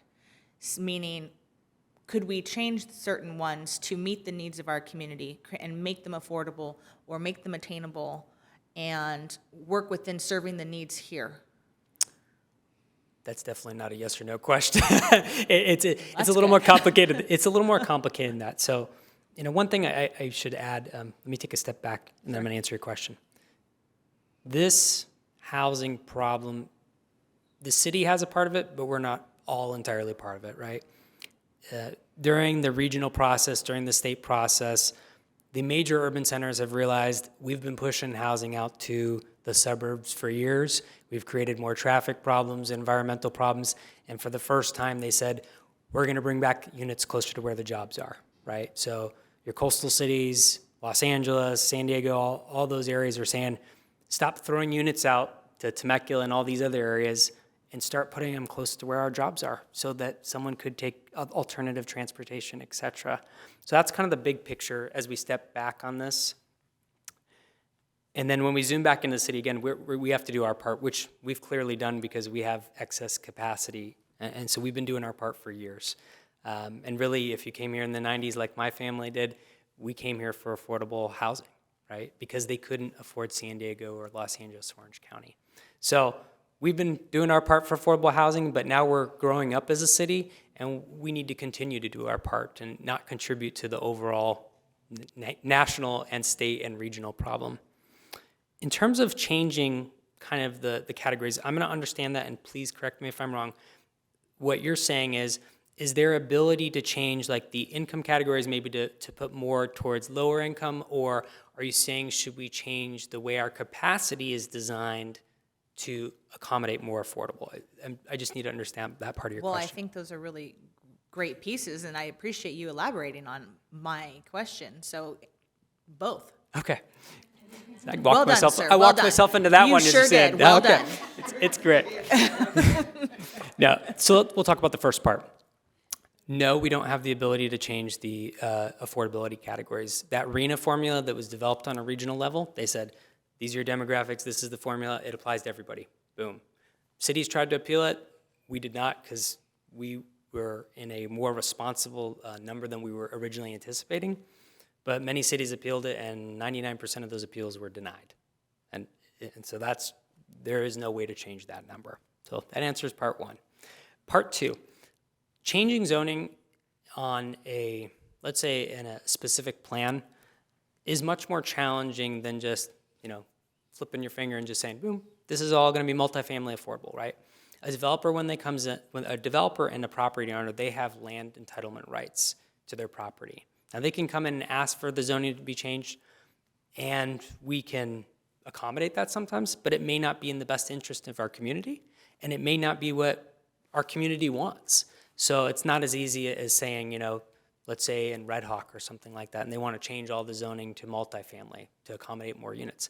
That community may not want that, and our elected officials may not want that because it may not be the most appropriate zoning. So those are really complicated, questions in that particular answer, but what we've done is we've said, you know what? We hear from our community they want us to maintain our single-family neighborhoods, but we need to provide affordable housing, right? So one way in a single-family neighborhood we've provided more affordable housing is an accessory dwelling unit, and you can actually do an accessory dwelling unit and a junior accessory dwelling unit, okay? So now you can have a renter, you can have grandma, grandpa, or kids come in and address some of your issues that you're talking about, someone downsizing, so that deals with a lot of the single-family areas. And then in other areas, Uptown Temecula, it needed reinvestment, and retail strip malls that are already there, they're not doing as well as they used to. So knowing that, and knowing that we want to bring employers to that area, right? We're not just saying, hey, these are strip centers, we're going to leave them this way. We want to bring jobs there. We want to bring housing there. That kind of addresses that without kind of dismantling our single-family neighborhoods. So we're protecting some of our concerns of some of our community, but we're also providing new opportunity for our community as well. So hopefully that answers your question. No, it doesn't, and actually what it does do is make me think of, when you say the word challenge, I certainly think that at this point, and definitely after this morning, listening to our State of the City, Temecula is up for a challenge, right? And so being able to look at that and talk about rezoning, I think is a conversation, if that is a creative solution perhaps to some of these issues. The piece of that is and using your example, and let me emphasize example, because I don't want to say any one particular community, but let me do it this way. Let's say community A, right, is wants to maintain that zoning. However, what if community A has now grown up and they bought way back when.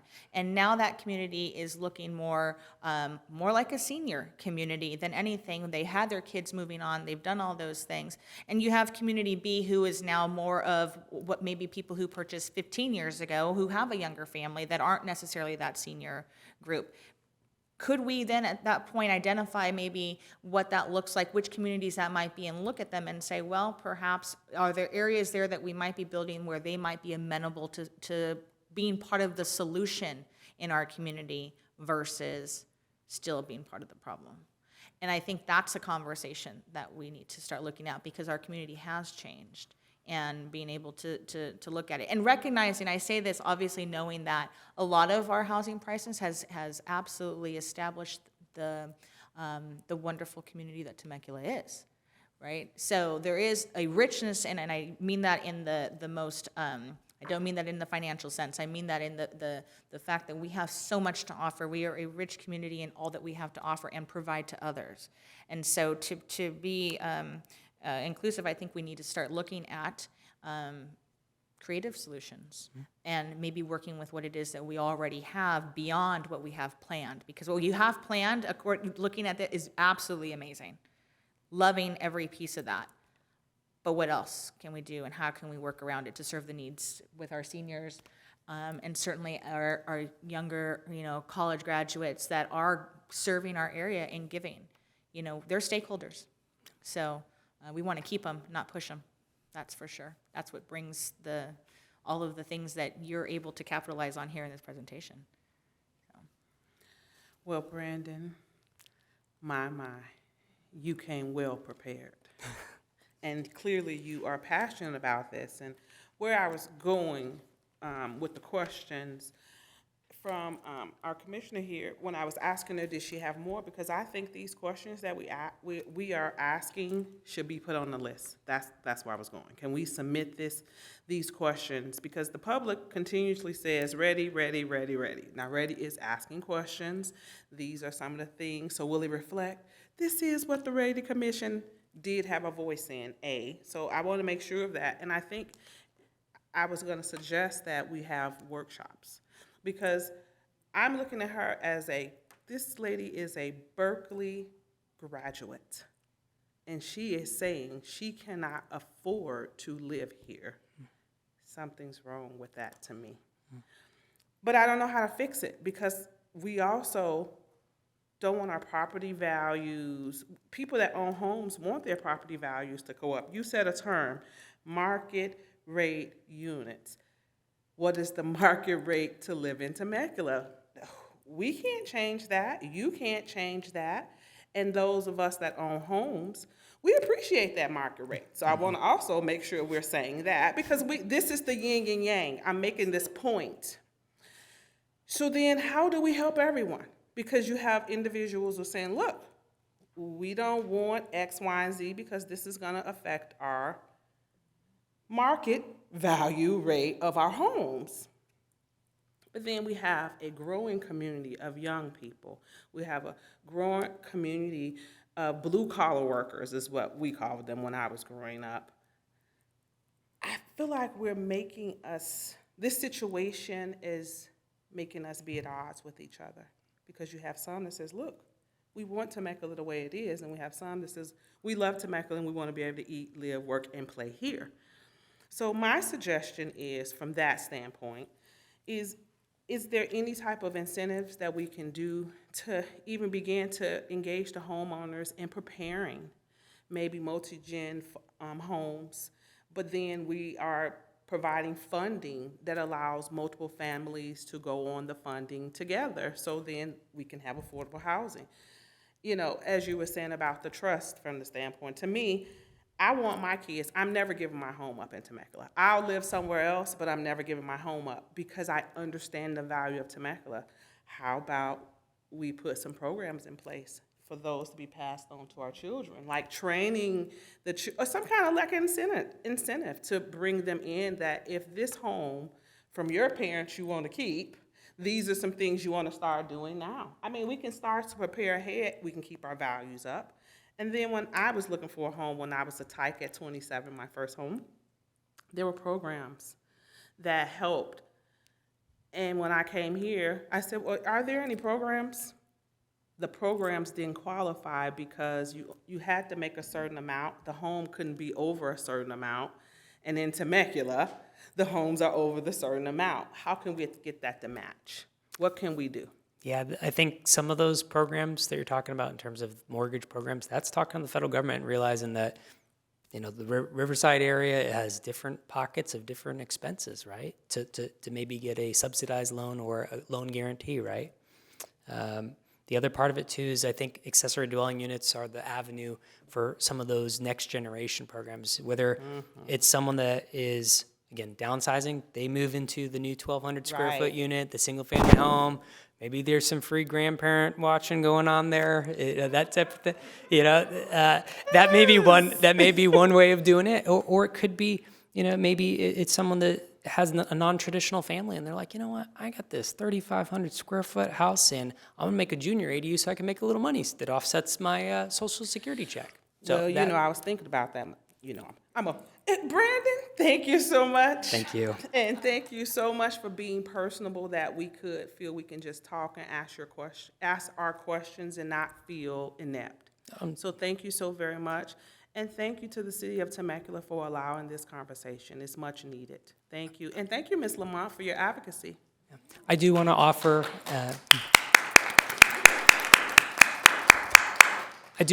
if any of the REDI Commission wants to learn more about housing or just wants to learn more about planning, we're more than happy to involve you in that and give you a nitty-gritty 101 on planning. We generally have a Temecula Trekkers program every year in August that's been on hold the last few years, but I would strongly suggest that you come to that program. We talk about planning from the start to the end, and it'll be very informative for this important discussion. All right? Very much, Brandon. Excellent presentation, very knowledgeable. Thank you very much. Thank you, commissioners, for your questions.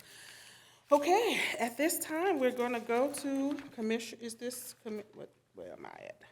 Oh, yes, we are here at the commissioner reports. Do we have anyone that would like to share their activities for the month?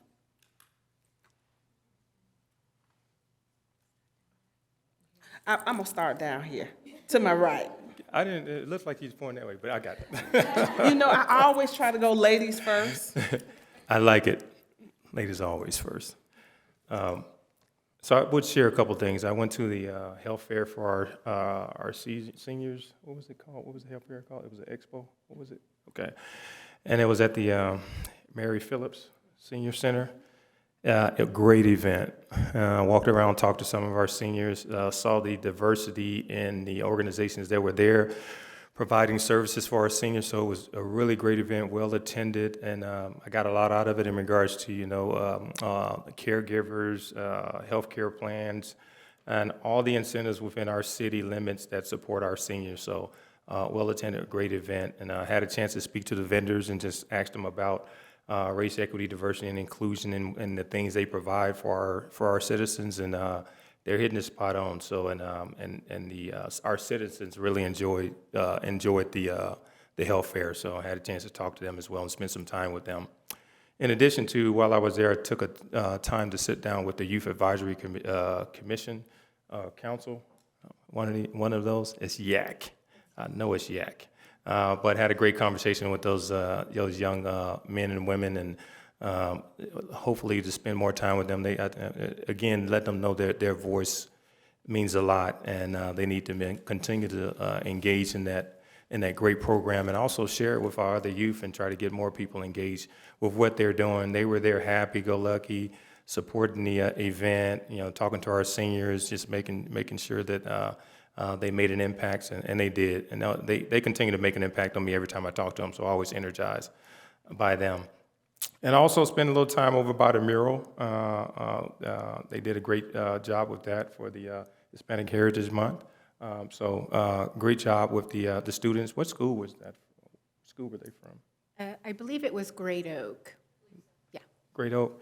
So amazing job with the murals. I really appreciate that we continue to do that, continue to celebrate our month, celebrate our citizens, and all our months that we celebrate different demographics, and looking forward to the multicultural event that we're going to have. So I just want to give you just a little bit about my travels across the city since our last meeting. So that's all I had. Thank you so much. I'll try to, be brief, but I also did get to see the mural, and it's absolutely beautiful. I'm always enamored by what our high school students are doing in order to make the city just a place that celebrates different cultures and always acknowledging those who live here. So I've gotten to meet with some of the students in the past before, and they are brilliant. We are sending out into the world some amazing individuals. But this morning, very, very, very early, I got to go to the state of the city, and it was exceptional. Watching the video, actually, I think I'm just an emotional person, but it definitely did bring me to tears. Seeing how our city has grown, it made me reflective of, my childhood and thinking about what my parents fought for me to have and the community that they wanted me to grow up in. My family is from Southeast San Diego, and at that time it was very poor. It's being gentrified now, but and there just wasn't a lot of opportunity, and it was becoming extremely violent. And my dad worked 12-hour shifts and often was gone on holidays to support our life out here. And then to be able to sit in that room with all of the amazing people there was a huge, huge deal. But also seeing some of those numbers were exceptionally startling. Like seeing that the average house in Temecula costs $637,000. Whoa. Yeah. Like I said before, if my parents are trying to move here for a better life for their children now, that wouldn't be possible. Think of those who we're shutting out, and think of those in the city. Growing up, I had a friend who lived here, and she's now a teacher here in this school district and had to leave. Her family still lives here, but she had to leave if she wanted to buy a house. She lives in Menifee. We're raising kids that can't afford to stay in the place that their families fought and worked really hard to live in now, and contributed a lot to the city. To me, what my parents did is the American dream, and Temecula was the American dream, not just for my family, but so many other families. We have to continue to fight to make this place live up to what it truly started as. It started as people who came here because it was affordable and they just simply wanted a better life for their children. We have to make that possible. And although I'm still very much learning, I'm actively engaged in the fight to make that happen. So that is my little spiel. Thank you, my dear. Thank you. So I know. No, what you said was powerful. That's what I was that's what I wanted you to say, because I saw your face today. And I wonder how you felt sitting in that room because you grew up here. I think for a lot of people, I try to be as open and honest as possible. I feel imposter syndrome a lot of the time. Wow. Like, how did I end up here? What am I doing here? My dad works there.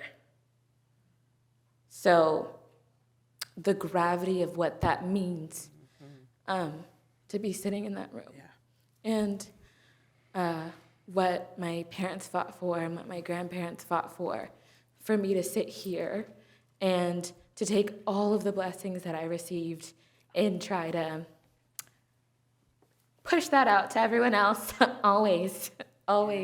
I was blessed in so many ways, and the least I could do is serve this community that's given me so much and make sure that everybody got the opportunity that I had. So, there we are.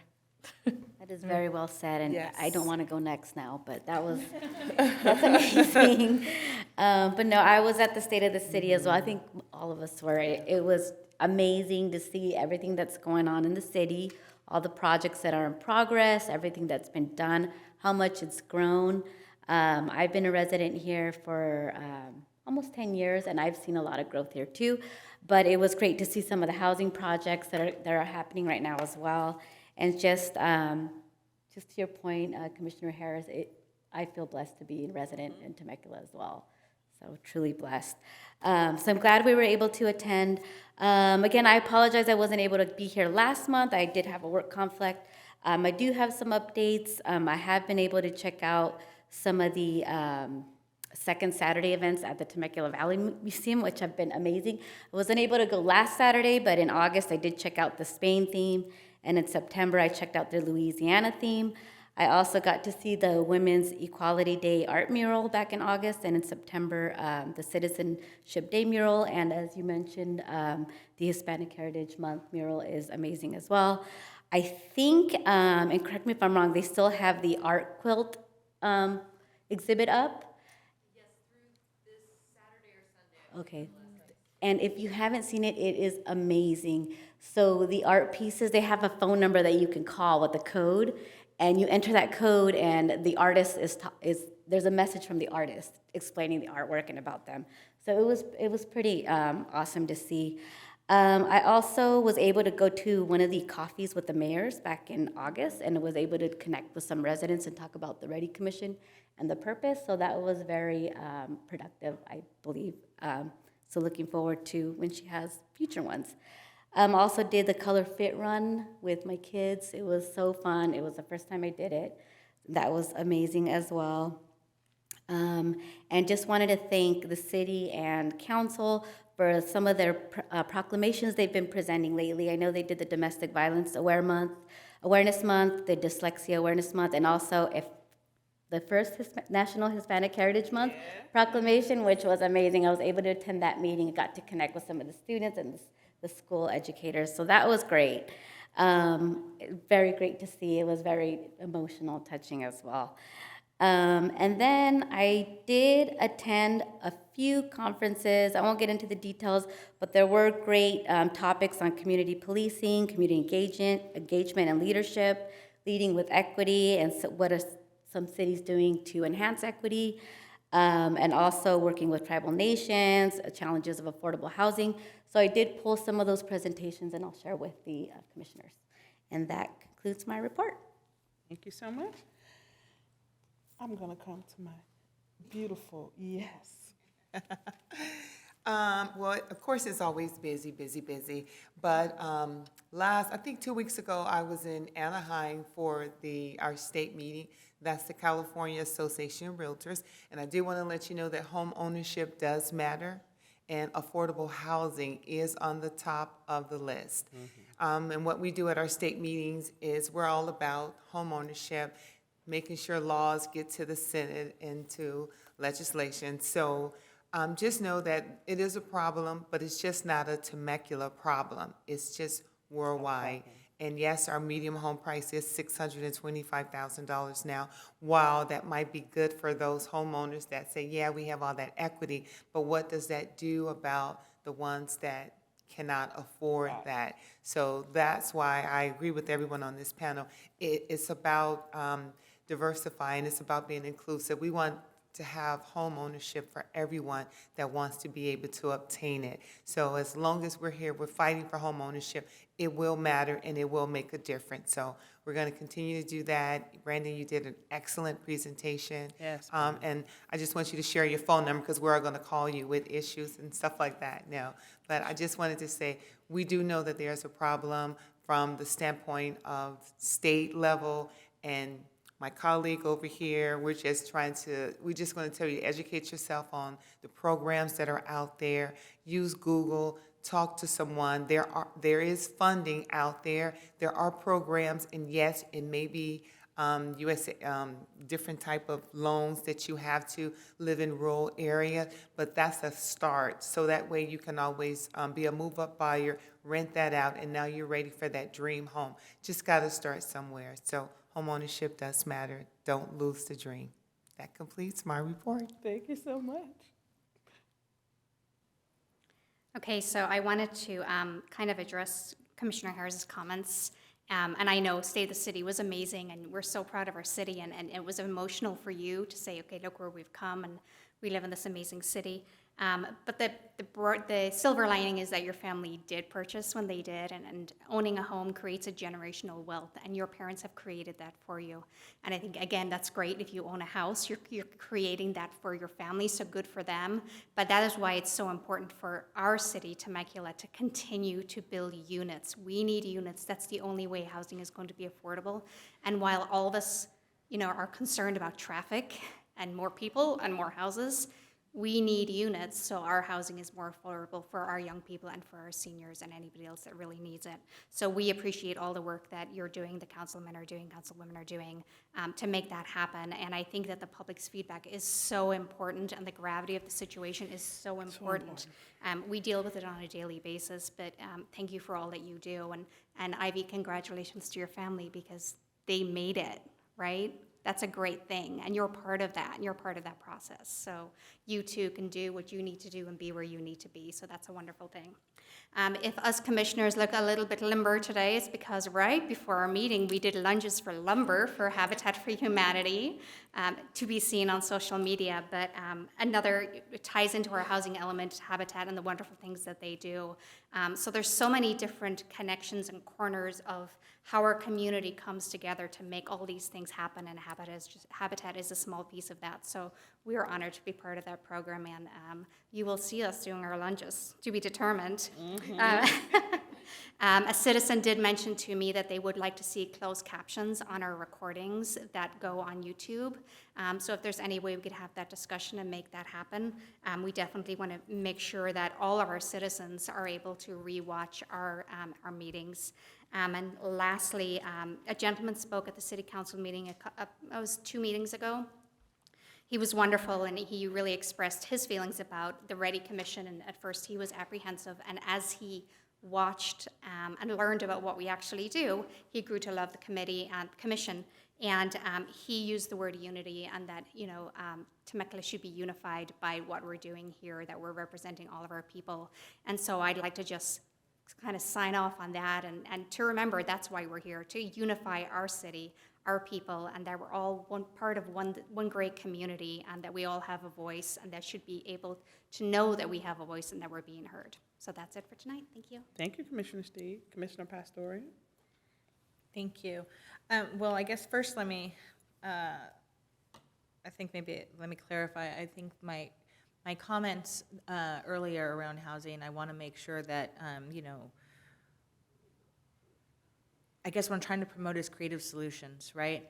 And that's the biggest thing, is to address the idea of creative solutions around current community problems. And I mean, taking the seniors, for example, there are wait lists for 3 to 5 years, and some of them they may not be around 3 to 5 years, and it would be really unfortunate for them not to have lived their dream and have that home ownership, or even if it was something small, right, that they could be able to latch onto. So anyway, like I said, I'm not saying that rezoning is the answer per se, but I am saying promote the creative solution to the current community problems, and that goes for all or any that we identify as a community.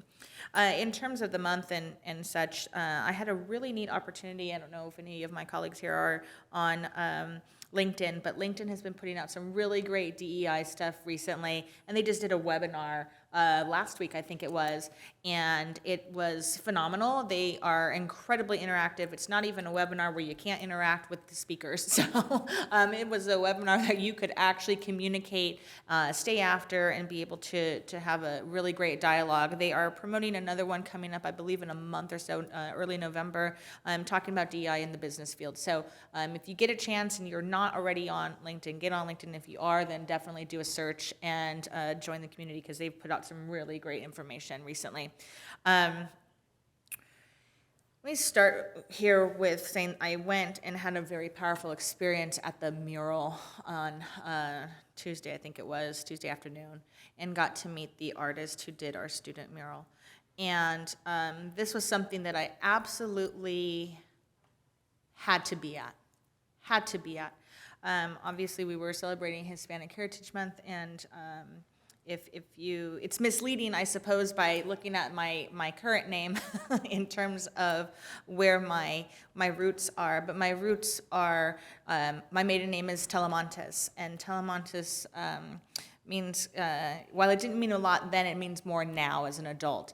And it was interesting because being there and seeing that mural stirred something in me. And some of my colleagues here know my story in this sense, but I will share it because I want the community to know there are probably other people who are much like me in that sense.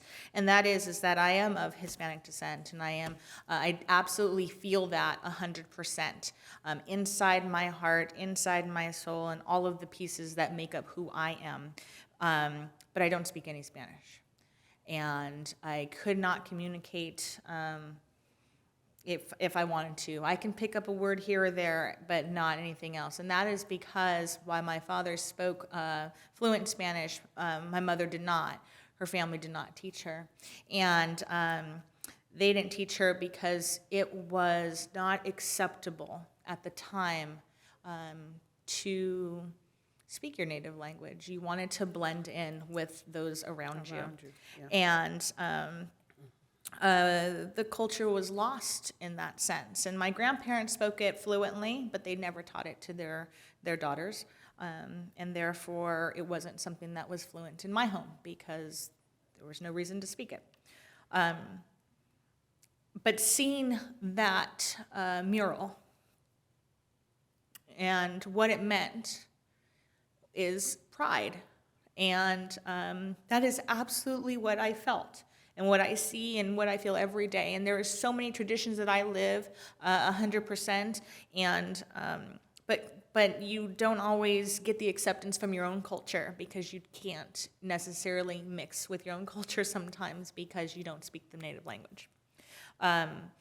But that mural meant more to me than anything, and I had to be there, and I conveyed these feelings to the artist.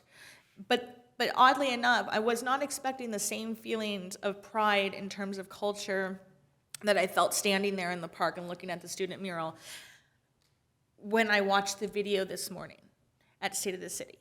And the reality is that this community also creates a sense of pride within their residents. And if you don't feel it, then you just need to watch the video because, wow, you can't help but feel prideful to be part of Temecula, to see the wonderful things that we're doing, the strides that we're making, the people we're affecting and reaching. And to know that and to have that sense of pride just by your community really says something. There is no reason why our kids, right, shouldn't have that. That's why we want that richness. We want that culture. The culture that Temecula has created for its residents is phenomenal. And that is that feeling of pride. Why wouldn't you want your kids to grow up, live here, go to school here, work here, come back and, raise a family here, And I think as parents, we all sort of hope that eventually that our kids return back to the nest here in Temecula, and we get to see grandkids, right? Live in the same wonderful community that we've had the ability to raise our kids in. But what we have done, certainly within the city, is just remarkable. And every time I think we hit a challenge or we hit something where we feel like, oh gosh, here we are again, back at square one. Don't lose that hope. The city and its residents and the culture that we have created need to continue, and they do continue to inspire those of us that are, I think, change makers. And I think every single person in our audience and our community has the ability to be a change maker and to make magic happen. And we do that through caring for one another, and we do that through unifying with one another, and we're doing that through love with one another. And ultimately what that does is create the sense of pride in every single one of us. And I've been very fortunate to feel it multiple times this week, and it's because of Temecula. Because Temecula cares. Because Temecula does care. You can say what you want to say about our city. We care. We're here. We're listening. We're giving people opportunity and voice to be heard. that shows you care, because people want to know that they're seen and that they're heard. And by the things that we're doing, these opportunities, murals, that are allowing individuals to connect with their heritage that was once lost or not even celebrated, depending upon where we grew up at. And so I want to encourage the city to stand strong in the good work that you're doing. I want you to hear these stories, because that's why we sit up here. Thank you all. Thank you, Commissioner Harris. Thank you, Commissioner Pastorian, for your vulnerability. Because when you share who you are, people see themselves in you. Because my husband lived the same thing. He doesn't speak a lick of Spanish, and I always want a Latin love, you know. But he can't speak Spanish because of the same thing. But do we know how many families experience that? You just learn something about cultural differences that we may not, cultural experiences that we may not get to see about each other. But by allowing the youth to express themselves, look what you're doing for the adults. You're healing us. You're healing our city, and you're giving us an opportunity to see each other in a different light. So thank you for your vulnerability. Thank you, City of Temecula, for the opportunity to be seen and heard and valued. Our voice does value. I am a proud Temecula resident, and today my pride went to another level. I'm with you, Commissioner Harris. I sat there and I kept looking at you because you lived here longer than me. You grew up here.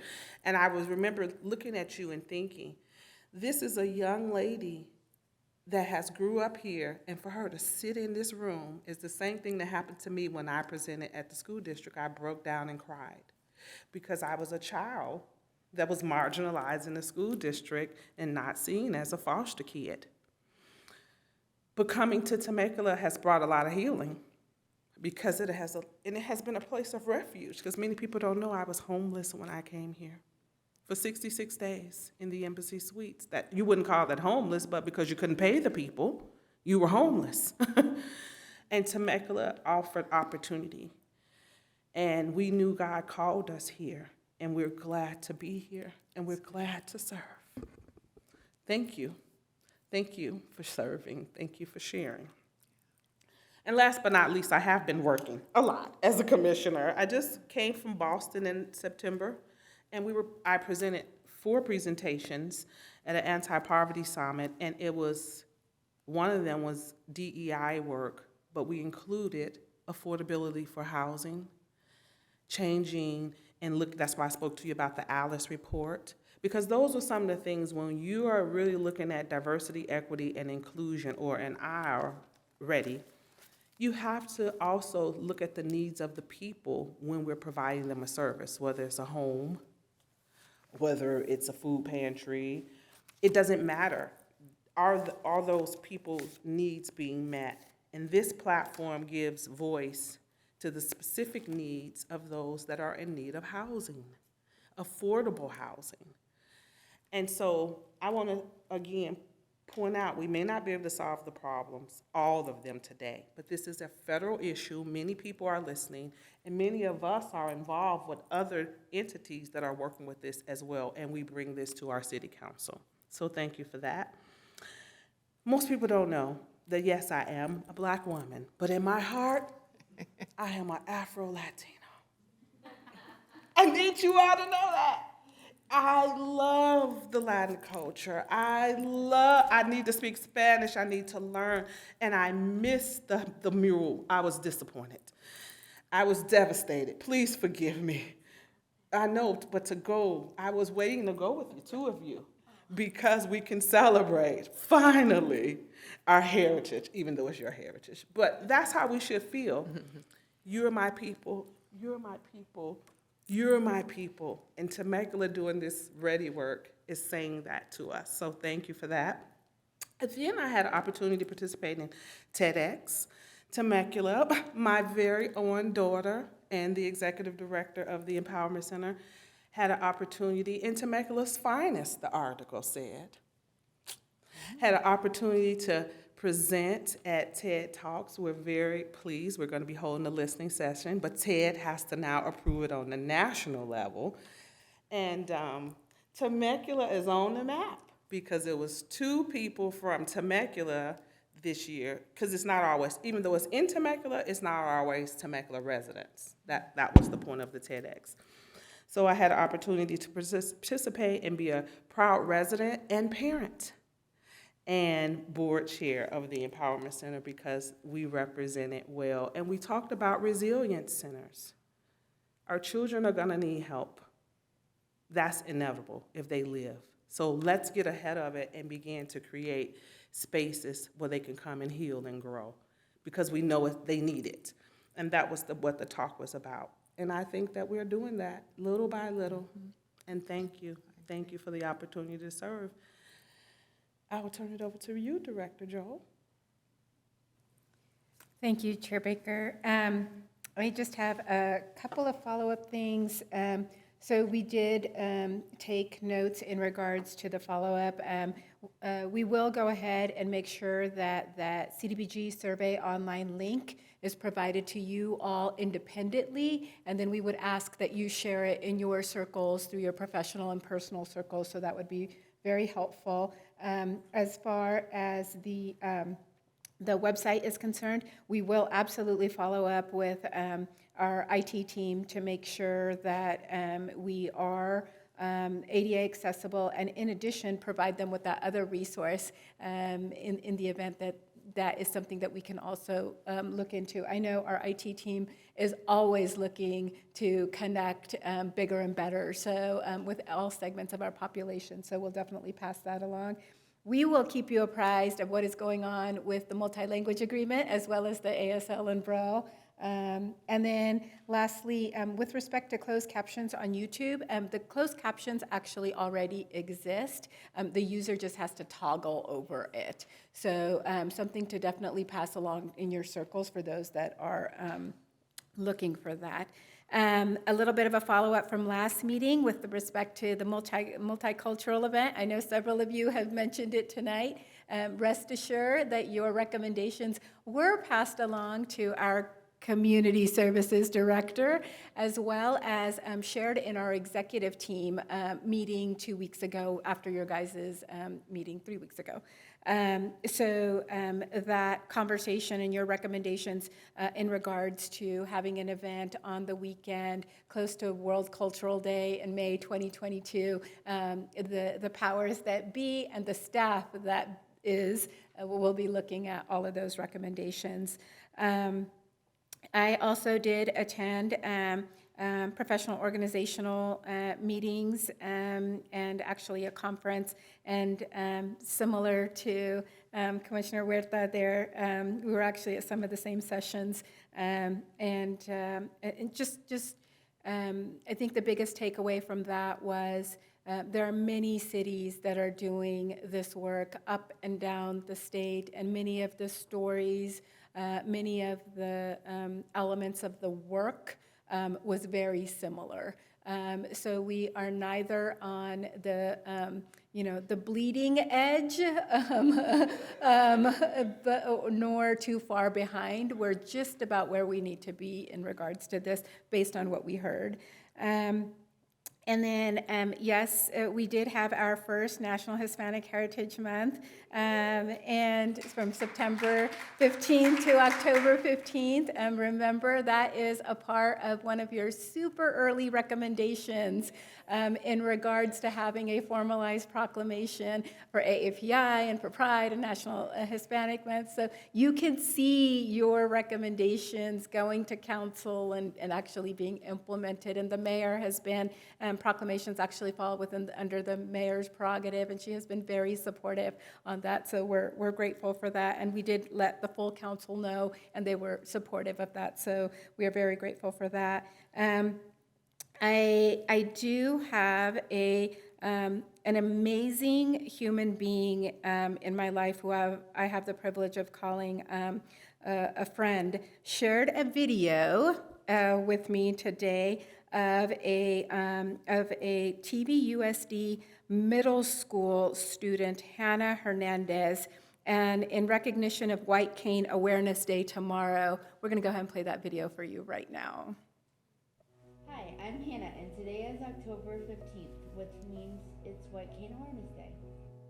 The cane is a very important tool for visually impaired people. I began using my cane when I was only 6 years old. The white cane is a great way to let sighted people around you know to be just a little bit more careful. The cane helps prevent me from running into things. If there isn't a sidewalk, I use a technique called trailing.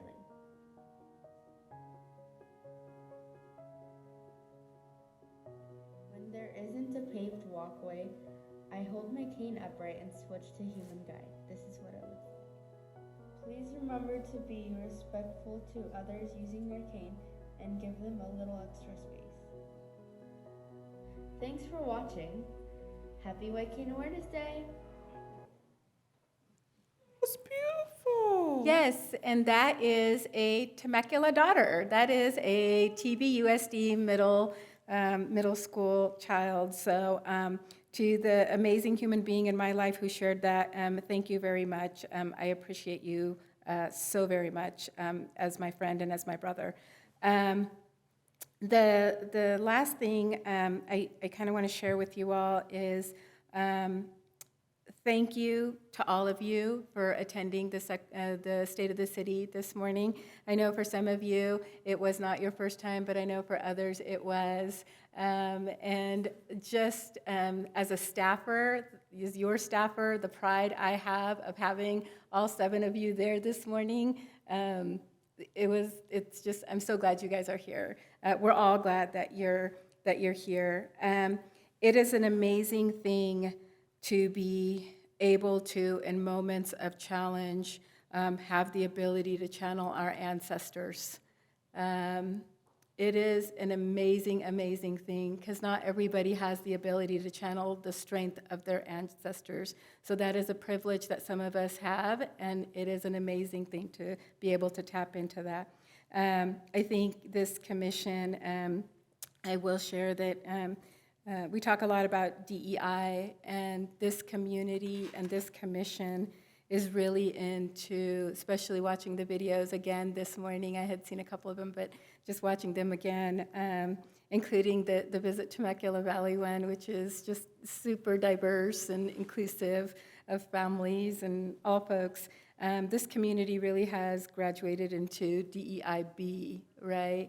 Into diversity, equity, inclusion, and belonging, right? And belonging. So I'm just so proud of your guys' work. And lastly, I would be remiss if I didn't thank Brandon for his fantastic presentation.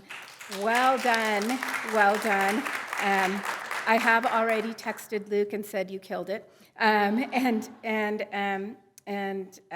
Lena, who is stepping in today for Chris, we see you back there. Thank you very much for handling the IT for our meeting today. And as always, thank you to my right-hand gal, our Deputy City Clerk and Commission Secretary, Erica.